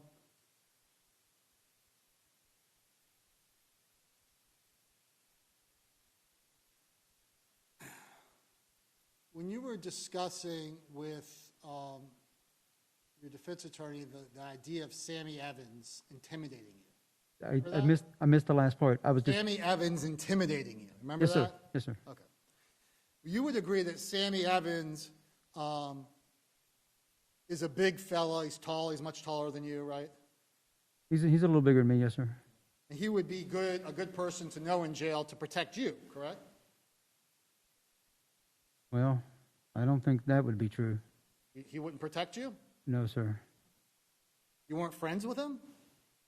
I was an associate with him in regards to trading legal advice until I became associated with him with the fabrication of that confession, and then it manifested into him pursuing his own agenda and getting that wire, in which manifested into me being in a cell and being coerced into that confession with a lot of complicating, mitigating factors of depression and despair, and so it gets real complicated. But I wouldn't say that I was a friend of Sammy Evans. Absolutely not. You just played chess with him. Actually, I didn't do that much either. He took me out to that chess table and as an extension of that interrogation. You used a phrase, Mr. Tillis, that when Sammy was trying to get you to talk, you told him no. You said that no means no, right? Well, when he took me into the cell and he showed me that pre-wrote note, and I took the pad, and he found the pencil and he gave it to me, I wrote on there, "I told you no," and I gave the pad back to him. I had told him previously that I wanted to recant my decision about the police because I feared that the police would never give him a recording device and let him loose inside that jail like that. That kind of shocked me. So, Mr. Tillis, my question is, in your mind, when you say no, that means no, right? Well, it depends. Okay, depends. You have a loose meaning of the word no. Well, as my attorney can testify to,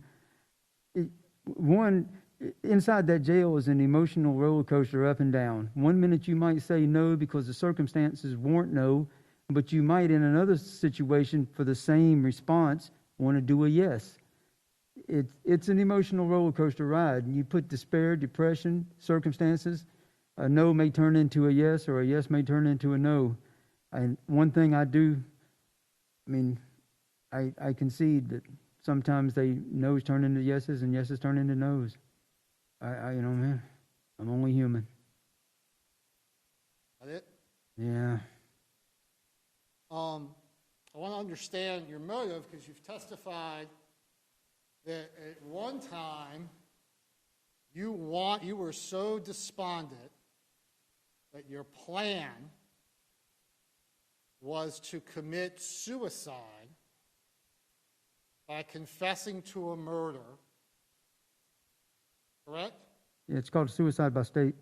Suicide by cop I've heard of, where Well- a person would attack a police officer and kind of force that police officer to kill them. It's certainly a branch off of suicide by state. Okay, but your suicide by state, I mean, Mr. Tillis, you've told this jury you're a pretty smart guy when it comes to the law, right? And some occasions, it depends on the subject, but sometimes yes. So your plan, when your home is about to be demolished, or at least can be demolished, right? Yes, sir. And you just have found out about that your plan is, I'm going to tell the world about the dismembered body in my yard, so multiple years from now, I might face the death penalty. That was your plan.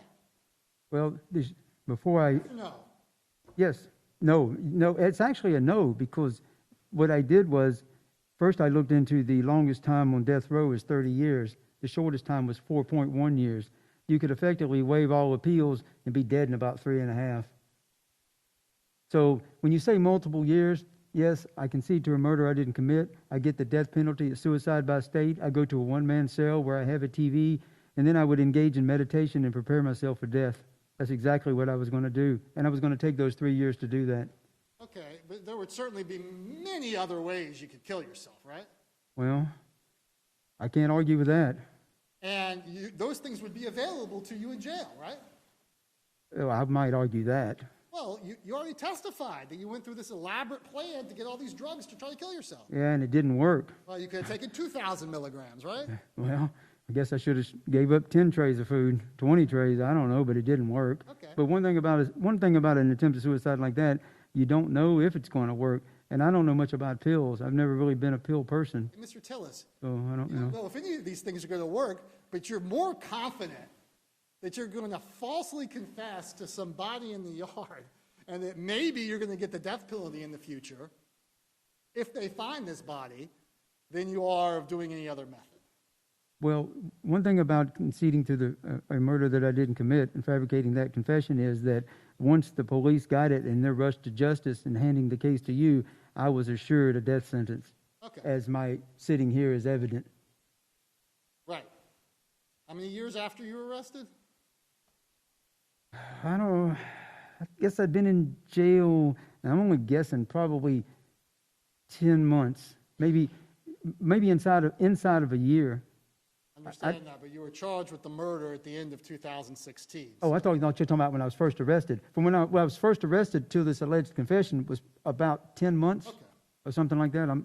I'd only been in jail about a year when this bogus confession come into existence. Mr. Tillis, you wanted the death penalty, but one of the reasons why you were backing out of it was because you were scared you were going to get in trouble?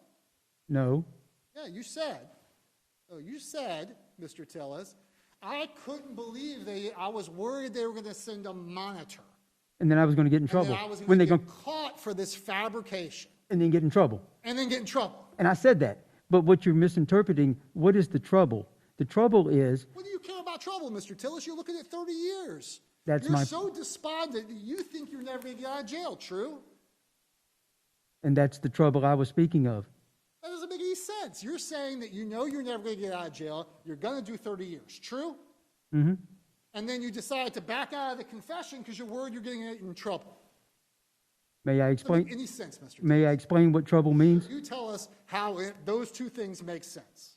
Because if I gave up that body and I fabricated this confession and it was proved to be false and they caught me in that, the trouble was I would still have the 30.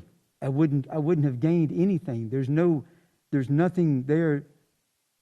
There's no incentive to fabricate the story if I'm only going to get the same thing I'm going to get for the aggravated assault. the only incentive for fabricating the story was the death penalty that I knew the state would seek. So if I gave up that and I fabricated this confession, and then you sought the death penalty, then I'm receiving what my agenda. But if I fabricated this confession and I got caught, and then I would get in trouble for fabrication, and I'd end up with a life sentence, which I already had. It was between the mental despair and the depression. I didn't see any reason in doing it. I honestly didn't think they were going to give him a wire and let him in there like that. That shocked me. Is that it? Yes, sir. So, you have testified that there was no way that you could know how Joni Gunter was killed, right? That's why you didn't provide that information, correct? Well, that was only one hole in the story. Yes, sir. Okay. And a homicide detective, that was my only question, Mr. Tillis. Okay. I Yes, gave sir. you a couple hours. You're right. I didn't know. I didn't know the cause of death, and that was the problem. Now, Mr. Tillis, in the first wire, do you remember you, not Mr. Evans, you uttering the words to Mr. Evans, quote, "I didn't shoot them girls"? Remember that? I may have said I didn't shoot anybody. Yes, sir. I'm not going to contest your. Well, it's in the wire. Yeah. So I'm not going to contest it. Okay, I said that. Right, you said that. Yeah. You said, "I didn't shoot them girls." You slipped up, Mr. Tillis, because if you didn't know how they were killed, then why are you telling Sammy Evans that you didn't shoot them? Because they could have very well been shot, and your entire scheme is up. Because I didn't know. I also said I didn't stab They have him. been shot. I also said I didn't stab him. I also said I didn't hit him in the head with a hammer. I believe those were other allegations he made too. Mr. Tillis, there's two separate parts. There's the part in the second wire. Mhm. He's saying that because he says, almost like you've already talked about it, right? He says, "We don't shoot them because it's too noisy. You don't stab them because it's too..." I remember that. That's what you're Yeah. talking about. That's the part I remember. That's the part I remember. Wire number 1 on the 5th. Not on the 10th, the 5th. Okay. Where you tell Sammy, "I didn't shoot them girls." Okay. You see, Mr. Tillis? And You you- said that. And your But point, if we're to believe your story, Joni Gunter very well may have been shot in that chest by your brother, right? anything could have been possible. Okay. You slipped up. I didn't know the method the method that caused her death, but making that statement. Why on earth wouldn't you just lie about it? If we're to believe you, Mr. Tillis, why on earth wouldn't you sit on this wire and tell, like you said, I think you were talking about the psychologist and it just kind of spews out? Why not just make up how you killed her? What's the difference? I don't understand what you lost me on that one, Mr. Marahi. Mr. Tillis, you're making up this wild story to get the death penalty. Okay. All things that aren't true, correct? Most of yes. All these things that in theory, we could prove them to be false, correct? Okay. Yet, the only thing you don't lie about is the manner of death. Why not lie about that? I kind of don't understand what you're saying. You're trying. Your goal was to get the death penalty, correct? Yes, sir. And everything you're saying in this 3-hour wire, you're saying you're making it up in order to get the death penalty. Yes, sir. That's my agenda. Right. Yes, sir. But yet, that's your agenda. Yet you're withholding the one piece of information that we would need. The method that she met her death. Right. Why wouldn't you just make it up? You made up everything else. Isn't it true, Mr. Tillis, that you told Sammy Evans that you beat her with a hammer, and that's why he knew to ask you about it?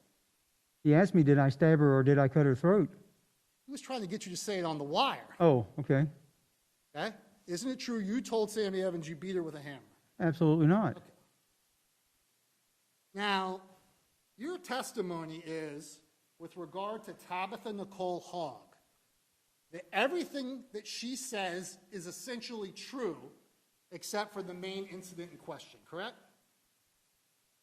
Well, she definitely wasn't chained to that tree in my backyard. I got that, I got that. The tree didn't exist. I understand that. Some people can Okay. say tree and they really mean a pole, right? Well, I don't know. She was pretty specific in describing the tree during the hearing we had. I believe the transcript. Tillis, when you're high on heroin, can sometimes you confuse a pole with a tree? And I believe you could also confuse all sorts of situations with other situations when you've been on a 5-day binge of heroin. That is an excellent point, Mr. Mizrahi. Mr. Tillis, do you think you can confuse your semen being rubbed on her face after you've raped her? You think she confused that? Well, she's pretty confusing. 5 days worth of heroin binge. 5 days of not sleep. You know, sleep deprivation causes hallucination. Okay. It is a medical fact. Okay. Well, thank you, Mr. Tillis, for your legal and medical opinions. We Yes, appreciate sir. that. Now, Mr. Tillis, your testimony is that even with your goodwill towards Tabitha Hogg, in other words, writing her letters, you talk about how it's so lonely in jail, and you want to be that friendly voice for her, that friendly person, right? And that she helps you get boxes of Sudafed, and you give her a place to stay, and all of those things, correct? My interest in her wasn't really being friendly, so to speak, but if you want to context it like that, Right, okay. My point is, she was telling the truth about that stuff. She was telling the truth about the jail, about the Sudafed. Yeah, some of the things she said were factual. So your direct testimony was that despite all of the great things you've done for her, that Tabitha Nicole Hogg got mad at you because she showed up to your house unannounced when it was raining and you wouldn't give her a ride. That's your testimony. She retrieved her stuff, and then she wanted to ride, and I told her to leave because I had something to do, and it was raining. She got mad. She left. I made her leave, and she took it a little hard. But And so that's the only thing you've ever done to her that would cause Tabitha Nicole Hogg, a heroin addict, a prostitute, to come in here and make up all the stuff that she made up, right?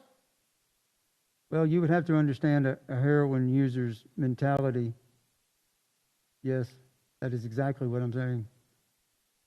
So your idea of what she did is that this happened. She doesn't report it for how many years? So when did this happen? 2013? I don't know when she alleged. I don't think she gave a date. She said it was after her release from jail, whenever the date she was released from jail was. Well, but you know the can't- day that she showed up. And Well, I you don't wouldn't remember the give her a date and ride? the year. I don't even remember when she got out of the jail, to be honest with you, Mr. Rahi. Well, it's between 2012 and what, But 2015? but I did pick her up from the jail. I do remember that event, whatever date that was. Her plan is to never tell a soul about what happened to you, Okay. and then wait until Joni Gunter's dismembered remains are found and a detective comes knocking on her door to suddenly spring her angry trap about how you would not give her a ride in the rain, therefore you must have chained her to her bed and raped her. You would have to take that with her, Mr. Marahi. You're asking me to make assumptions for the way she thinks and feels, and I don't think that I'm in a position to be doing that. I know that 5-day binges of heroin, that drug does pretty bad things to you, and the sleep deprivation added to the heroin use, it gets pretty complicated when you add that with depression. I don't know what the girl thinks or how she feels. I mean, I know our experience when we were associated, but if you want to continue to ask those questions, you would probably be better off to direct them toward her. Why on earth, Mr. Tillis, for a girl that you casually knew, that you knew was mad at you after you wouldn't give her a ride, would you have her name, date of birth, social security number written on papers in your home? Well, How do you have her social security number? the time of, because when I looked her up to get the information so that I could give her money, and she had initially asked me to appear at her court date. I don't remember how that came about, but when she was sentenced in St. Johns County, I was present. I remember that. But to look up the information on her, she had gave me that information so that I could obtain information on her on the computer. The time frame between when she was released from jail, I don't know that date, to the time frame of my arrest, I don't know that. The papers laying there, they were probably just in a bundle of papers, and they were just neglectfully forgotten, I would assume.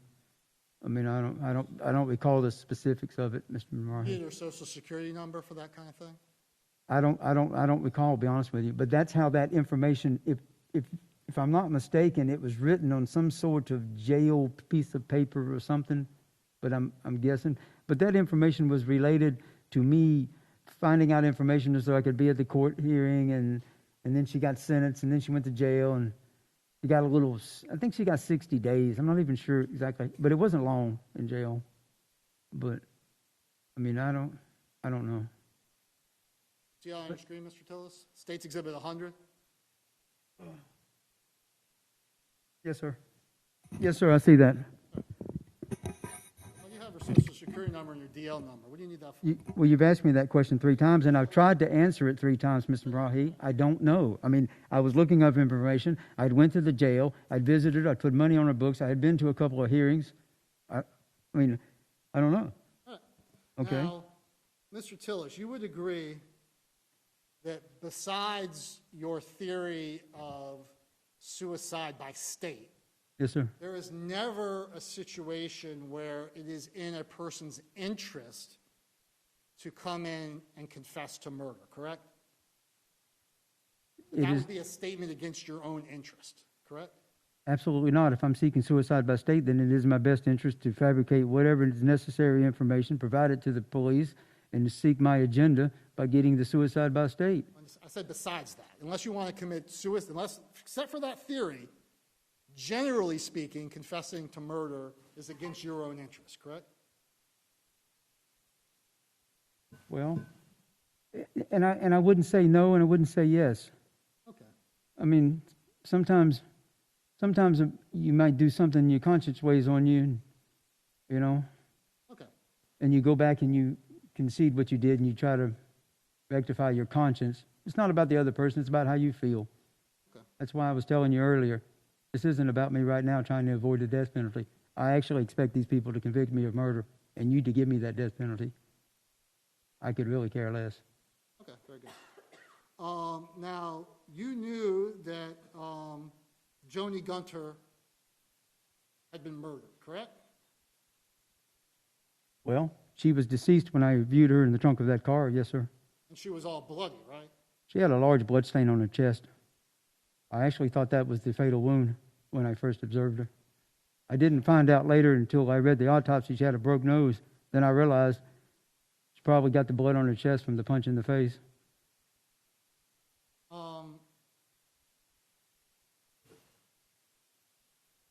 But at that point, Mr. Tillis, you haven't talked about what happened next. Next about what? Well, what did you do with her body to get Joni Gunter out of that trunk? How did you get her out of the trunk? Start with that. Well, at this point in the interrogation, I am going to claim the Fifth Amendment, and I'm not going to make any more statements regarding that question as a means to protect myself from any future associations. This trial will undoubtedly manifest into a second trial. This isn't the first one. There's been too many errors in this trial. I will most definitely be brought back for a second one. And in the second trial, I don't want this testimony hindering me in the future. So I'm not going to discuss what occurred after my brother arrived and we had that discussion at the trunk of that car. I will concede to telling you, Mr. Zarahi, that I knew Miss Gunter was buried in that backyard. I knew the condition of the body, and I was present. I'll concede that to you here and now, but you can continue to ask me questions, and I will not answer them. Okay, well, let me ask you this. Okay. You're charged, you understand, with grossly abusing a dead human body, right? Count 4, yes, sir. Okay. And you would agree that you knew the location of every body part, correct? I just told you that I was present. Well, but to answer I my think question, I've answered your question before you asked it. you knew I where was- you knew where her torso was? I was present. You knew where her head was? I was present when Miss Gunter was buried. I just told you that. The questions seem irrelevant. They're not relevant when you're charged with count 4, Mr. Tillis. Well, I just told you I was present when her remains were buried, Mr. Marahi. I don't know how much more specific I can get. Who buried her? Now, that is a different question. And as I just said, this trial was only the prelude to the second one. And I'm not going to be answering those questions that will prejudice me in my next trial. I know that sounds rather bad, but from a legal position, I don't mind sitting here and giving up what I know, but that particular amount of information I'm going to retain until I come back. And if anybody wants to hear those answers, I would suggest coming to the next trial. And that's when I will be telling you that, if you are the prosecutor in that case. Okay. What's it like to use a sawzall to cut a woman's head off? I have no answer for that question either, Mr. Mizrahi. What's it like? Did the sawzall blade wear out when you were cutting her shoulders? Did you have to use multiple blades? I believe I just told you that I wouldn't answer any questions regarding that subject.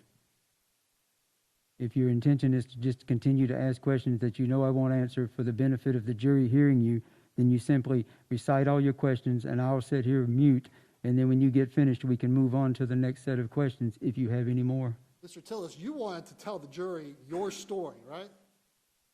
Yes, sir, I do. Mr. Tillis, that was your decision, right? It was my decision, and I will tell the... You freely and voluntarily got on that witness stand, didn't you? Yes, sir, and the judge made... You are freely and voluntarily withholding evidence from this jury, correct? I am selecting when I will disclose information and when I will not. That is what I'm doing. And in the end, Perjury, huh, Mr. Tillis? I didn't say anything about perjury. I said I am selecting when I will disclose information and when I will not. I do not intend on holding that information from the jury at the proper time. This is not the proper time for me to be disclosing that information. No, sir. Well, you know I can't make you, Mr. Tillis. I understand that. That's why I suggested that you just state all your questions, get them out, I'll set mute, and then we'll move on. I understand the rule, Mr. Marahi. What rule? The rule you just said. You can't force me to answer the question. Well, we could force you by contempt and things like that. But Mr. Tillis... I'm fixing to get the death penalty. Right. A contempt charge really doesn't concern me. Right. I'm not going to torture you to get the answer. Yeah, okay. Right? So, I mean, I got it. All How right. about this, Mr. Tillis? Hypothetically speaking, of course. How long does it take to chop up a human body? And I will revert back to my previous statement that I am not in the position to be discussing any information regarding that subject. Okay. Mr. Tillis, would you not agree to this? It's difficult to dismember a human body, forgetting whether you did it to Joni Gunter or not. I understand your position. I'm just saying, generally speaking, if your knowledge and experience of cutting metal and cutting wood and doing construction, that dismembering a human being would take time and effort, correct? As I stated earlier, Mr. Marahi, I prefer not to answer any questions regarding this subject. You would agree it would take hours, right? I'm not agreeing to anything. You would agree that in order to dismember a human body, you would need privacy, correct? I'm not agreeing to that. The kind of privacy a six-car garage has, correct? Continue on. The kind of privacy that a bunch of tarps hanging around your house provides, correct? You can continue on. The kind of privacy that a booby-trapped fenced yard provides, correct? You can continue on. You knew that Joni Gunter was dead, correct? Yes, sir. My initial belief that she was deceased when she arrived at the residence. Yes, sir. And no matter how homeless or how lonely a person is, there's probably somebody out there that would be looking for him, right? That's what I've been trying to tell you. That's why I'm sitting here. It's got nothing to do with me avoiding the death penalty, and it's got nothing to do with the case. That's why I'm sitting here. But you did nothing, absolutely nothing, Mr. Tillis, to try to bring justice to the death of Joni Gunter. I'm caught in between two traps. One, I got my brother standing there looking at me, and I got that girl deceased in the trunk of the car. My brother's confronted me many times with this same sort of situation, helped me, And yes, maybe that was the wrong decision, all right? But I did it. And now I'm sitting here and I'm telling you I did it, okay? No, you're not telling us you did. Well- You're invoking your constitutional I'm trying to tell you as much as I can tell you at this point. right against self-incrimination. Do you feel responsible what happened to Joni Gunter? No, sir, I do not feel responsible for her death.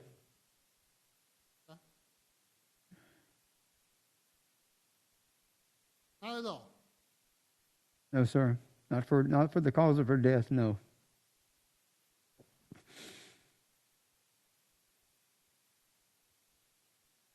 One last little point, Mr. Tillis. Yes, sir. You have, according to your own testimony, and you're even crying about it, that you have endured so much in an effort to protect your brother, correct? Well, I wouldn't say I've endured a lot, but it's not just protecting him. It's in a sense accepting responsibility for what I did. If you and I go in a store to rob it, and you shoot the clerk, and the clerk gets killed, and you get away, and I get caught, I went into that store willingly with you to rob that store, and I knew the potential of the clerk getting shot. So I make an agreement with you. We go in the store, you shoot the clerk, you get away, I get caught. And does that mean that I immediately have to tell on you? There's some sort of sense of loyalty to that. Now, when you add into the factor that you're my brother, and we've been through a lot, the factor gets a little more stronger. That's why I put his name in the recording. I told you that. So when they gave me that death penalty, he'd know. He knows. Okay. So my point is you've endured a lot to protect him. That's a yes. Well, I'm wearing it right now. You're wearing it. Okay. I'm wearing it. And you have testified under oath on direct examination that you did not ask any questions of your brother about what happened to that girl, correct? Absolutely not. In future conversations, I never breached the subject. Never, ever said a word to him. It was agreed upon when he arrived in the garage that that subject would never be brought up. And it hasn't. It was never. I got you. Your brother shows up, and he's got a dead body in his trunk, correct?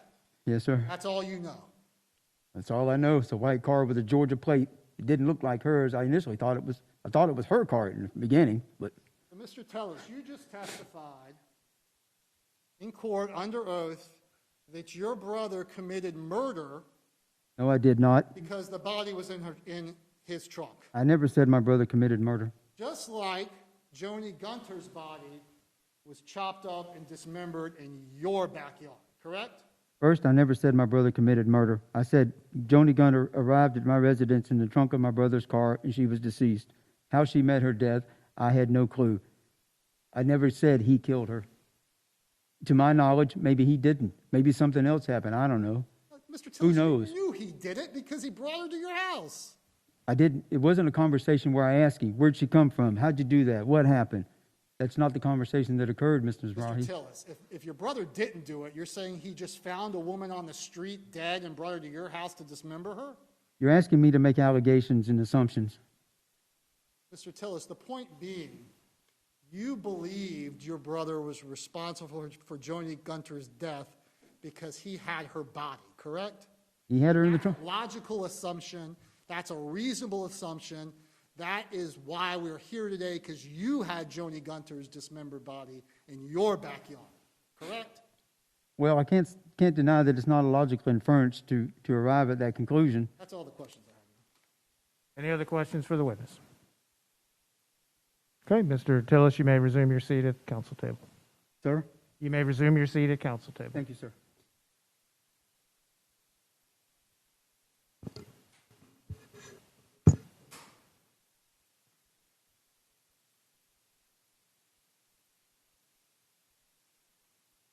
Mr. Fletcher? Members of the jury, this will be a good time to take our evening recess. Remember, during this break, the overnight break, as well as during all of our breaks. Do not discuss the case. Do not let anyone discuss it with you. Do not look up any media coverage of the case. That's on the honor system, so don't do that. And don't visit any of the places described. And we will see you tomorrow morning at 9 o'clock to resume the trial. I'll see you tomorrow morning at 9 o'clock then. Thank you.